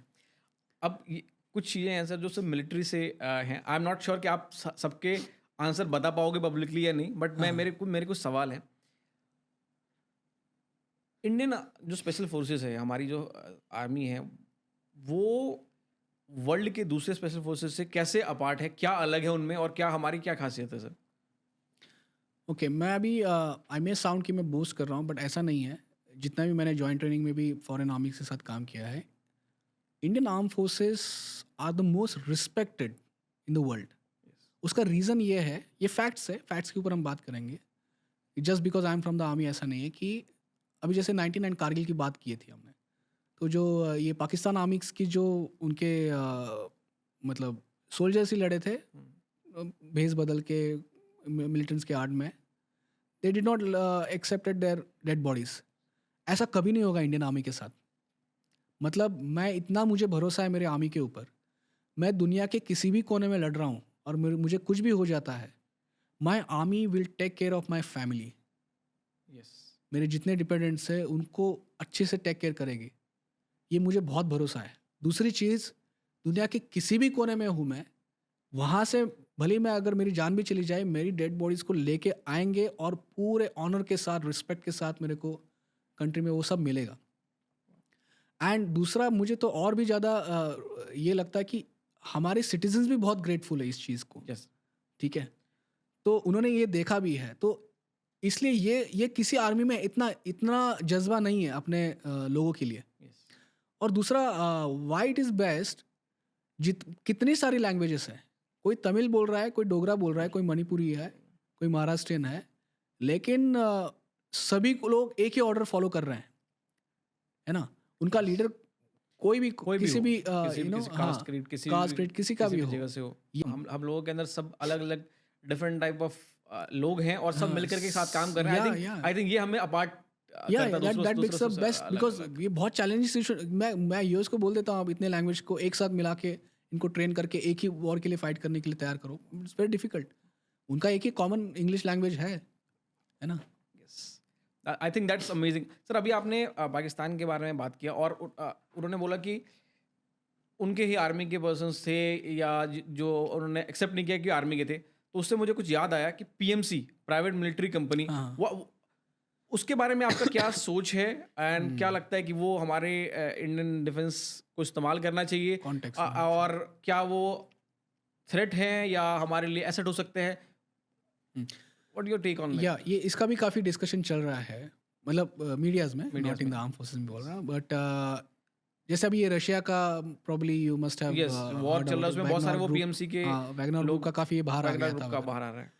इंडियन कंटेक्स्ट में मुझे ऐसा लगता है कि स्ट्रेट अवे नो, ठीक है, क्योंकि क्या है, it's like you are feeding wolves जो होते हैं ना, भेड़िया, तुम भेड़ियों को पाल रहे हो बेसिकली, क्योंकि उनका कोई भी माँ बाप नहीं है, दे आर कम्प्लीटली डिसोन्ड, उनका कोई सिटीजनशिप नहीं है, कोई एलिजेंस नहीं है, कोई नाम नमक निशान नहीं है, कुछ नहीं, वो पैसे के लिए काम करेंगे। हाँ। और ये एक मतलब अंडरस्टैंड करने के लिए, अगर तुम भेड़ियों को पाल रहे हो, तो भेड़िया कभी, कोई भी आदमी भेड़ियों को नहीं पाल सकता आज तक, उसको पेट नहीं कर सकता। आप शेर को भी पेट बना सकते हो सर्कस में आपने भेड़िया नहीं देखा होगा कभी, नहीं, कभी नहीं, ठीक है? तो भेड़िया को आप कभी पाल नहीं सकते, बट अगर आप उसको मतलब फीड कर रहे हो, खिला रहे हो, तो जब तक खिला रहे हो उसको, वो आपको थोड़ा सा एलिजेंस दिखाएगा। The moment you stop till either he dies, मतलब वो मर जाए या किसी ने उसको मार दिया जाए तो ठीक है, लेकिन किसी और ने उसको फीड करना शुरू कर दिया, उसका एलिजेंस उसकी तरफ चला गया, आपने बंद कर दिया तो खत्म। तो उसके लिए इंडिया, पाकिस्तान, चाइना, अफगानिस्तान या इवन यूएस, उसके लिए कोई एलिजेंस नहीं है। So it's very very dangerous, क्योंकि क्या है ना, जब तक हमारी बॉर्डर्स पाकिस्तान और चाइना के साथ है, बॉर्डरिंग नेबरिंग हमारा इशू जब तक रहेगा, ये कंसेप्ट बहुत ही ज़्यादा डेंजरस है हमारे कंटेक्स्ट में। ओके, मतलब हमें जो है पीएमसी पे तो बिल्कुल उसके बारे में सोचना ही नहीं चाहिए। It can be very dangerous for us. हम नहीं सोचने के लिए कोई ये नहीं सोच सकते हैं, करना नहीं चाहिए। करना भी होगा तो काफी सिक्योरिटी होना चाहिए, काफी सिक्योरिटी होना चाहिए। बट अगेन मैंने वही बोला ना यार कि क्या कंट्रोल है आपका, क्या कंट्रोल है उनका, ठीक है? एक तो हमारा जैसे पॉपुलेशन, हमारा डेंसिटी आप देखोगे, भीड़ जाल में अगर वो खो गया, you will not able to find out. आपने ट्रेन कर दिया, मान लो उसको कर दिया आपने, कोई एक इंपॉर्टेंट आपका कोविड ऑपरेशन है, उसको सक्सेसफुल कर दिया आपने, उसके बाद क्या करोगे उसका? इससे मेरे दिमाग में एक सवाल आया कि अभी हमारे इंडिया में there something called Agniveer start होने वाला है, तो व्हाट्स योर टेक ऑन दैट? उसमें भी हम लोग मेरे ख्याल से 4 साल लोगों को ट्रेन कर रहे हैं एंड उसके बाद वो फिर सिविलियन लाइफ में आएगा, तो what's your take on that? Okay, so what is exact, कोई स्पेसिफिक क्वेश्चन है इसका? कोई एनी स्पेसिफिक या जस्ट जनरल? स्पेसिफिक क्वेश्चन ये है, जैसे आपने बोला कि फॉर एग्जांपल पीएमसी में कोई ज्वाइन करता है, उसे हमने ट्रेन किया और बाद में उसका एलियंस किसी और की तरफ जा सकता है, तो क्या सेम थ्रेट हमारे साथ अग्निवीर के अंदर भी है या नहीं है? अच्छा, तो मतलब 4 साल के बाद ही में बिकम रोग बन जाएगा ऐसा कुछ? तो मैंने 10 ट्राइंग टू अंडरस्टैंड, मुझे तो ऐसा नहीं लगता है। तो अभी पिछले 40-50 साल से शॉर्ट सर्विस कमीशन ऑफिसर्स है, वो 5 साल के बाद निकल जाते थे। तो have you ever heard about any incident की कोई ऑफिसर 5 साल के बाद छूट के ऐसे रोग बन गया है? नहीं, बिल्कुल नहीं। मैं खुद भी हूँ। हाँ, मतलब क्योंकि So ये अगर लोगों बनना के और अच्छा और कोई अगर एनसीओ जेसीओ या ऑफिसर्स भी है वो 15-20 साल के बाद भी निकल जाए, उसके बाद नहीं बनते वो, नहीं बनते। लेकिन 4 साल के बाद बनेगा। ये समझ में नहीं आ रहा है मुझे। हाँ, यहाँ मैं मतलब एग्जैक्टली तो मतलब ये जो भी ये फैला रहे हैं। एजम्पशंस जो पैदा कर रहे हैं हाँ। कि यार ये 4 साल के बाद ये मतलब ये हाईली ट्रेंड है, तो ये नेशनल सिक्योरिटी के लिए थ्रेट है। तो every ex serviceman is a threat then in that logic. हिसाब से तो एनसीसी वाले भी होने चाहिए, उनको भी वेपन की ट्रेनिंग मिलती है। हाँ या एग्जैक्टली इन दैट कॉन्टेक्स्ट तो जितने भी फौज से जो छोड़ के गए हैं 15-20 साल के बाद, everybody should be the threat ना। Yes. तो वाई ओनली उनको ही क्यों अग्निवीर टारगेट? क्यों point बेसिकली करें? क्या है, मुझे इतना ही कहना है कि if you want to join the arm forces, join out of passion, not for pension. That's the only That's the only thing you have. Sir हम वेपन्स के बारे में बात कर रहे थे, MP5 के बारे में, और तो इंडिया में बहुत सारे वेपन्स बनने लगे, और हम लोग बहुत सारे वेपन्स बाहर से भी इंपोर्ट करते हैं। तो जो बाहर से वेपन्स हम इंपोर्ट करते हैं, आपका क्या है? क्या हमें खुद सेल्फ रिलायंस पे काम करना चाहिए, या इंपोर्ट ठीक है, या हमें ज़रूरत पे इंपोर्ट करना चाहिए? What's your take on weapons importing और सेल्फ रिलायंस के ऊपर? ऑफ कोर्स वैसे तो ये काफ़ी मतलब आर्म फोर्सेस के अंदर की ये सारी बातें we should not discuss, but इतना तो मैं ज़रूर कहूँगा कि we should be self reliance. Self reliance तो क्या कमी है हम में? मतलब I think we got lot of talent, but हमारा थोड़ा सिस्टम कोऑर्डिनेशन नहीं है। मतलब अगर हम मार्स तक मतलब चंद्रयान वगैरह भेज सकते हैं। इसरो के हमारे साइंटिस्ट वो बना सकते हैं, एक छोटा वेपन हम नहीं डिजाइन कर हाँ, सकते, मतलब of एक course, pistol बना ही सकते बना ही हैं। सकते हैं हम, हाँ, ऑफ कोर्स। that's तो बट उसमें बहुत सारे चैलेंजेस क्या क्या आते हैं, क्योंकि काफ़ी सारा वो system base upgradation and process base upgradation चाहिए, चाहिए होता है। जो हो रहा है कुछ हद तक। जैसे अभी ये मेक इन इंडिया वगैरह जो है, मेक इन इंडिया में हम लोग कुछ चीज़ों पे हो रहा है, सम एट सम एक्सटेंट उसको हो पा रहा है, लेकिन एट सम एक्सटेंट नहीं हो पा रहा है। नहीं हो पा रहा। स्टिल अभी भी आई हर्ड कि 6 और वगैरह की दोबारा से वो ऑर्डर्स वगैरह दिए, Will तो आई start डोंट हो रहे हैं। अंडरस्टैंड कि अगर जब शुरू किया था हमने कि यहीं पे बनाना है तो क्यों? तो कुछ चैलेंजेस डिफेंस फोर्सेस को भी आ रहे होंगे, but I think we should make in India पे में प्रमोट करना चाहिए, और मेक इन इंडिया हमें वेपन्स बनाना चाहिए। I want to say this, ये AK-47 जो है ना, हाँ, ये राइफल एक सोल्जर ने बनाई थी रशियन yes, आर्मी के, है ना। मैंने मूवी देखा है वो, या Kalashnikov जो- Kalashnikov movie, that's very inspiring. And अभी रिसेंटली अभी शायद न्यूज़ में भी आया होगा, हमारे काफ़ी एक सीनियर ऑफिसर है, उन्होंने अपने क्लोज क्वार्टर बैटल की वेपन बनाई है ना, कर्नल बंसूर जो है। अभी हम He has designed. जस्ट अभी उनके बारे में हम बात कर रहे थे, जिन्होंने उन्हें बैरल बना के दिए हैं। उन्हीं कंपनी के डायरेक्टर से हम अभी बात कर रहे थे। अच्छा, उन्होंने बताया कि हमने उनको बैरल बना के दिया है फॉर दैट। सो देखो यार, मतलब ऑफिसर्स कैन डिजाइन, तो इंजीनियर्स तो मतलब IITs वगैरह का ये टैलेंट कहाँ जा रहा है? आई डोंट अंडरस्टैंड कि एक वो यूएसए जा रहा है सर। क्या करेगा वो जाके आप? Okay, so I think I got my answer कि हम उस तरफ काम कर रहे हैं, एंड आई एम श्योर कि हम और आगे जाएंगे। एक सवाल है, मुझे पता नहीं ये पूछना चाहिए नहीं, और मैं उसे सही तरीके से फ्रेम कर पा रहा हूँ नहीं।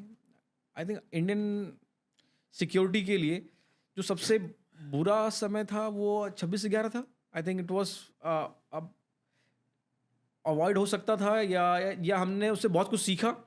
क्या लगता है कि अब ये डेंजर ख़त्म हो गया हमारे इंडिया से, या क्या ये दोबारा ऐसा कुछ हो सकता है? What do you feel? I am not sure कि मैं उसको सही तरह से बता पा रहा नहीं, of हूँ, course. या मैं No, as a बताने से पहले citizen- थोड़ा सा हेजिटेट कर रहा हूँ। I don't want to repeat the in fact you should ask, हक से पूछना चाहिए कि सर 26/11 हुआ था, क्या दोबारा होगा क्या? I'm a citizen of this country. मैं एक्चुअली वही पूछना चाह रहा था कि 26/11 हुआ था, क्या दोबारा हो सकता है? दोबारा क्या हम ऐसे- प्रिपेयर्ड हैं? Yes. You should ask as a citizen, and we are actually we should be answerable to these questions. Of course, not me. I mean the armed forces. For country. But again, यार, I'm telling you ना कि our citizens are so फौज को इतना प्यार करते ना, वो इतना हक से भी नहीं पूछने के लिए तुम कतरा रहे होते। 26/11 ने तो हिला के रख दिया था पूरी सिस्टम को, वो हमको मानना पड़ेगा। कुछ हमारे मिसकोऑर्डिनेशंस थे जिसको हमने फिक्स किया है, बट ऐसा बिल्कुल नहीं होगा इन फ्यूचर में। ये कहना उतना सेंसिबल नहीं होगा। मैं ये कह सकता हूँ कि अगर 26/11/2008 जो हुआ था उसके लिए वे डेफिनेटली प्रिपेयर्ड, बट 26/11/2024 या 2025 के लिए हम तैयार है कि नहीं, आई डोंट नो, क्योंकि समथिंग अननोन विल हिट जब भी ये कुछ होता है, क्योंकि 26/11 से पहले किसी ने नहीं सोचा था कि ऐसा कुछ होगा, हाँ है ना?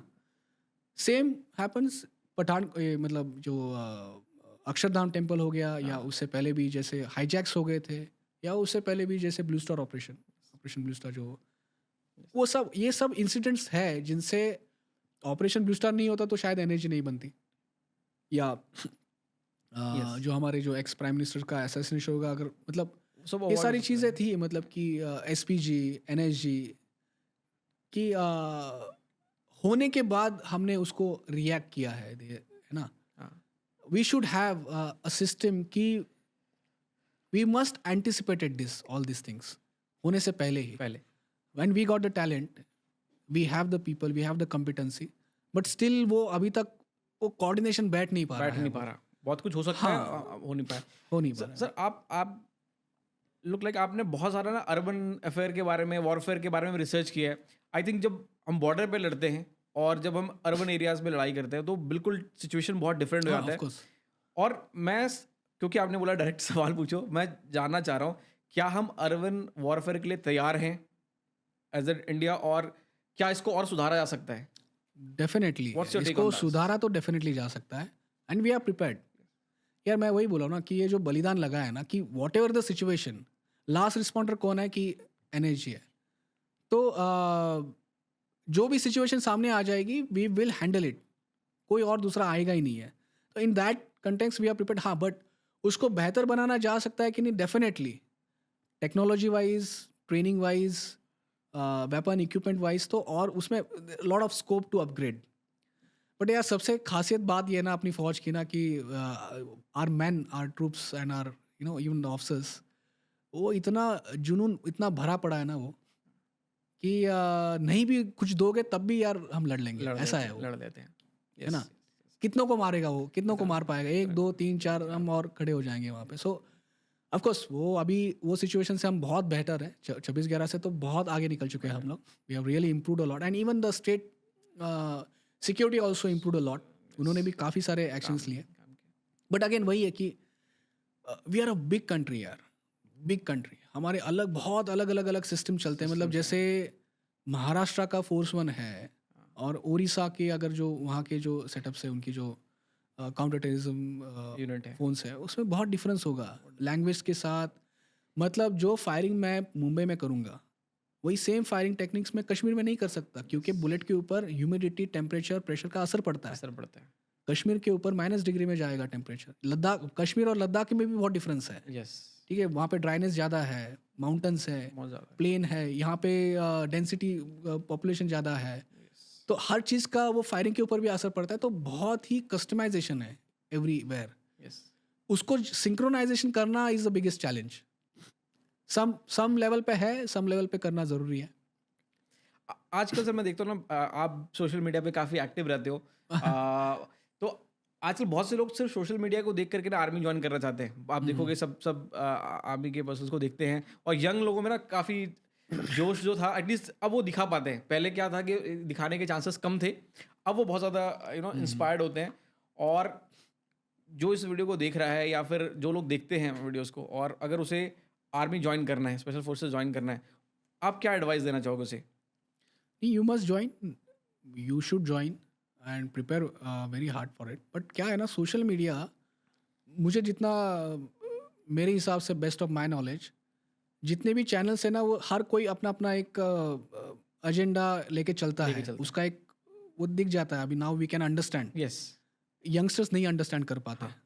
वो लिटरली लेते हैं फेस वैल्यू पे जो भी बताया गया है, भले वो कितने भी फैक्ट्स प्रूव कर रहा हो. मैं अगर चाहूँगा तो आपको मेरे बारे में ऐसे बताऊंगा कि आप मेरे पैर पड़ना शुरू कर जाओगे. हाँ, ठीक है, लेकिन मैं अपने सारी वीकनेसेस, कमजोरी आपको नहीं शेयर करूंगा. हाँ, ठीक है, फैक्ट्स बताने हैं तो सारे बताने हैं. हाँ. सोशल मीडिया को मुझे ऐसा लगता है ना, वो पहले तो डिसाइड करते कि क्या एजेंडा यस, है ना. पहले तो जो मतलब जैसे इन्वेस्टिगेशन होता है ना हाँ, हाँ, हाँ, पुलिस का, कि यार मर्डर हुआ, कौन किसने किया होगा. हाँ. पहले तो वो डिसाइड करेगा कि मर्डर कौन है. हाँ, अब प्रूव करते रहो कि इसने कैसे किया होगा. कैसे किया होगा? तो ये ज़्यादा चल रहा है सोशल मीडिया पे. पहले तो आप डिसाइड करो कि क्या रिजल्ट है, क्या कंक्लूजन है, उसको उसको प्रूव करने के लिए फिर सारे फैक्ट्स और सारा रिसर्च करो. It should be other way around. आप ढूंढो, आप मतलब इन्वेस्टिगेट करो, आप रिसर्च करो कि मीडियाज वगैरह क्या है, ये basically just to learn, just to understand. तो माइंडसेट सेट मत के करो क्योंकि मुझे ये पता है, मैं इसको सपोर्ट करता हूँ, इस फिलोसॉफी को। अब उसके पास सपोर्ट करने के लिए मैं सारा मीडिया छान मार रहा हूँ, ऐसा नहीं होना है। यू कंप्लीटली आप पहले देखो कि क्या है सच्चाई, सच्चाई ढूंढने के लिए फिर आप जाओ, फिर आप फैक्ट्स गैदर करो, फिर आप उसके ऊपर इंटरप्रेट करो कि क्या क्या हो सकता था। एक सवाल मेरे दिमाग में आउट ऑफ द ब्लू आया। मैं रिसेंटली भी टर्की गया था, शाह एक्सपो में, जो वेपन का एक्सपो था। वहाँ मैंने बहुत सारे ड्रोन्स देखे, बहुत सारे एआई के टूल्स देखे जो जिससे वो लोगों को ट्रैक कर रहे थे। बहुत से ऑटोनोमस वेपन्स देखे मैंने, खास करके ड्रोन्स तो इतने देखे कि वेपन्स बाकी कम थे, गन्स कम थे, टैंक्स कम थे, सिर्फ ड्रोन्स ही थे। Drones, हाँ। तो डू यू थिंक कि जो वॉरफेयर की टेक्निक्स हैं वो चेंज होने वाला है, या मॉडर्न, या हम एज एन इंडियन आर्मी हमें भी सब चीज़ें चेंज करनी चाहिए? How do you see future of warfare? हो चुका है ऑलरेडी, ये तो हमने यूक्रेन रशिया में भी देखा, ऑलरेडी हो चुका है। और इंडियन आर्मी भी काफ़ी वो स्टेप्स ले रही है, बट वो अगेन सब कुछ टेरेन के ऊपर डिसाइड करता है, टेरेन टाइम सिचुएशन के ऊपर डिपेंड करता है कि डायरेक्टली कॉपी कैट करना है उसको या फिर हम अपने लेवल पे उसको कुछ कस्टमाइज करें, ये ज़रूरी है देखना। तो already warfare has been changed, ठीक है, वी आर अडॉप्टिंग इट। अभी नहीं, मतलब 5-6 साल पहले से ही वो शुरू हो गया है। हमने उस पे या इनका ब्लैक हॉर्नेट्स वगैरह तो एनर्जी में बहुत पहले से आ गए थे, ठीक है, तो ऑलरेडी चेंज हो चुका है। एक ना बहुत सी चीज़ें लगता है ना, पर्सपेक्टिव का भी फर्क होता है। सिविलियंस को कुछ चीज़ें जो है ना लगता है कि अरे ऐसा मिलिट्री में ऐसा कुछ है, और सिविलियंस को सिर्फ लगता है, बट एक्चुअली सच्चाई कुछ और होता है। तो व्हाट डू आपके इसके बारे में क्या ख्याल है? मतलब लोगों को कई बार हमें ना किसी चीज़ के बारे में एक सर्टन पर्सपेक्टिव हमने बना रखा है। हाँ, तो बट ऐसा कोई पर्टिकुलर मैं आपको बताता हूँ, पर्सपेक्टिव है या? हाँ, टैक्टिकल मिस्टेक्स जो अगर हम लेके चले, क्योंकि मैं गन्स से बहुत ज़्यादा रिलेट करता हूँ, तो टैक्टिकल मिस्टेक्स हमें लगता है कि यार जैसे मैं फिल्मों में देखता हूँ, कूद के गोली चला लेते हैं, ये कर लेते हैं, तो कैसा कितना डिफरेंस होता है रियल लाइफ में? नहीं यार, फिल्मों में तो फिल्में काफ़ी थोड़ा कुछ कुछ है मूवीज जो रियलिस्टिक हाँ, होती है, बट बहुत से तो वो उनका भी कुछ एक ये रहेगा, पर्पस रहेगा, जस्ट टू ऐसा शोकेस करे कि जो एंटरटेन लगे। उनका पर्पस पूरा एंटरटेनमेंट का है मूवीज़ का। बहुत जगह पे ऐसे ऐसे इंसिडेंट हुए कि वो मूवीज़ में भी नहीं दिखाए गए हैं। यस, ठीक है, ऐसा भी हुआ है, ऐसा नहीं कि बिल्कुल बोरिंग सी होती है कॉम्बैट शूटिंग, बट कुछ पार्ट्स में ऐसा बोलूँगा कि जो होना भी चाहिए कि मतलब ये चीज़ें ना पता हो सिविलियंस को, नहीं तो फिर वो Indian army basically has to, कोई भी आर्म फोर्सेस हो, ये has to be, some part has to be secretive. You can't show, you can't सब कुछ आप हम नहीं बता नहीं सकते। एंड कुछ part you have to show, you have to, आपको बताना भी पड़ेगा सिटीजन को कि भाई हम हैं, हमारे ऊपर भरोसा करो। भरोसा करो, ताकि एक सर्टन भरोसा हमारा बना रहे। हाँ, आपने ना बहुत कुछ बताया, और हर एक अलग अलग सिचुएशंस की तरफ से अलग अलग के जो पॉइंट ऑफ व्यू से हमने बात किया। मैं इसको चाहता नहीं था कि सिर्फ हम गन्स के बारे में बात करें, अब मैं चाहता नहीं था कि हम सिर्फ पर्सनल ट्रेनिंग के बारे में बात करें। मैं जितना ज़्यादा मेरे अंदर जो क्यूरियोसिटी से है ना सवाल, मैंने किसी भी स्ट्रक्चर वे में नहीं पूछा, जो मेरे दिमाग में आया मैंने पूछा, बट मैं 2-4 बातें और पूछना चाहता हूँ। तो कि मिलिट्री लाइफ में ना एक सर्टन काइंड ऑफ सेक्रीफाइस है, जो हम पहले बात कर रहे थे। It requires a certain kind of sacrifice, it requires a certain kind of जिसे कहते हैं ना भावना, देने की भावना। मतलब मैं इमेजिन भी नहीं कर सकता, आप देश के लिए अपनी जान ही दे रहे हो, मतलब उससे ज़्यादा आदमी क्या ही दे सकता है। मिलिट्री के जो पर्सन होते हैं, how do they stay motivated? इतना मोटिवेशन आता कहाँ से उनके अंदर? हाउ डू दे, मैं इमेजिन नहीं कर सकता कि मैं अपना सब कुछ दे रहा हूँ, मैं अपने फैमिली से दूर हूँ, मैं अपने बच्चों से दूर हूँ, मैं अपने माँ बाप से दूर हूँ, एंड स्टिल वो भावना कि भाई देश के लिए कुछ भी करूँगा। वो कैसे रहता है? हाँ, तो Rajesh, let me just make you more correct. ऐसे मैंने सिविलियंस को भी देखा है कि जो देश के लिए बहुत कर रहे हैं, मतलब ऐसा नहीं है कि सिर्फ आर्मी से ही यू नो देश के लिए कुछ कर सकते हो। आपका जो काम है ना, जैसे आपका काम है, अगर आप दिल लगा के कर रहे हो, that is also contributing to the nation, and in fact that is more useful, क्योंकि वो दिख रहा है, आप जाके एयर गन इंडिया आपका नाम है उसमें, आप वो लोगों को जो लोगो है उसको आप बड़ा कर रहे हो, उससे देश भी तो बड़ा हो ही रहा है ना। हाँ, army take cares of it कि मतलब अच्छे से जो भी field and family postings peace postings है उसको बैलेंस करती है. तो ऐसा नहीं कि बिल्कुल बिल्कुल भी 10 साल I was completely out of the family and अच्छा. You no.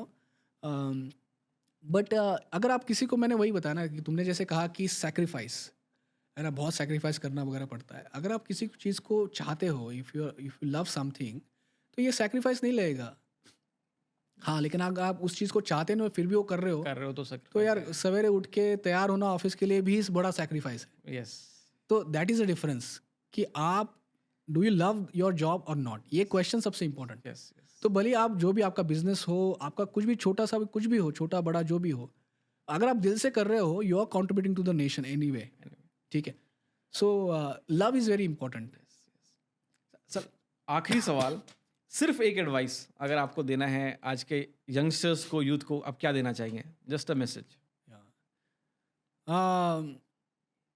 कंट्री फर्स्ट हमेशा इसको रखो. देश हमेशा Yes. आगे रहना चाहिए.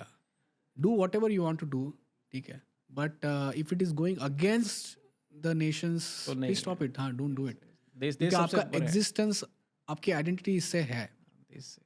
या तो आप फिर पूरा छोड़ छाड़ के हिमालय चले जाओ, साधु बन जाओ Yes. कि मुझे कोई आइडेंटिटी नहीं चाहिए. That's fine. क्योंकि you are living in the best country. We have the very tremendous amount of history, culture.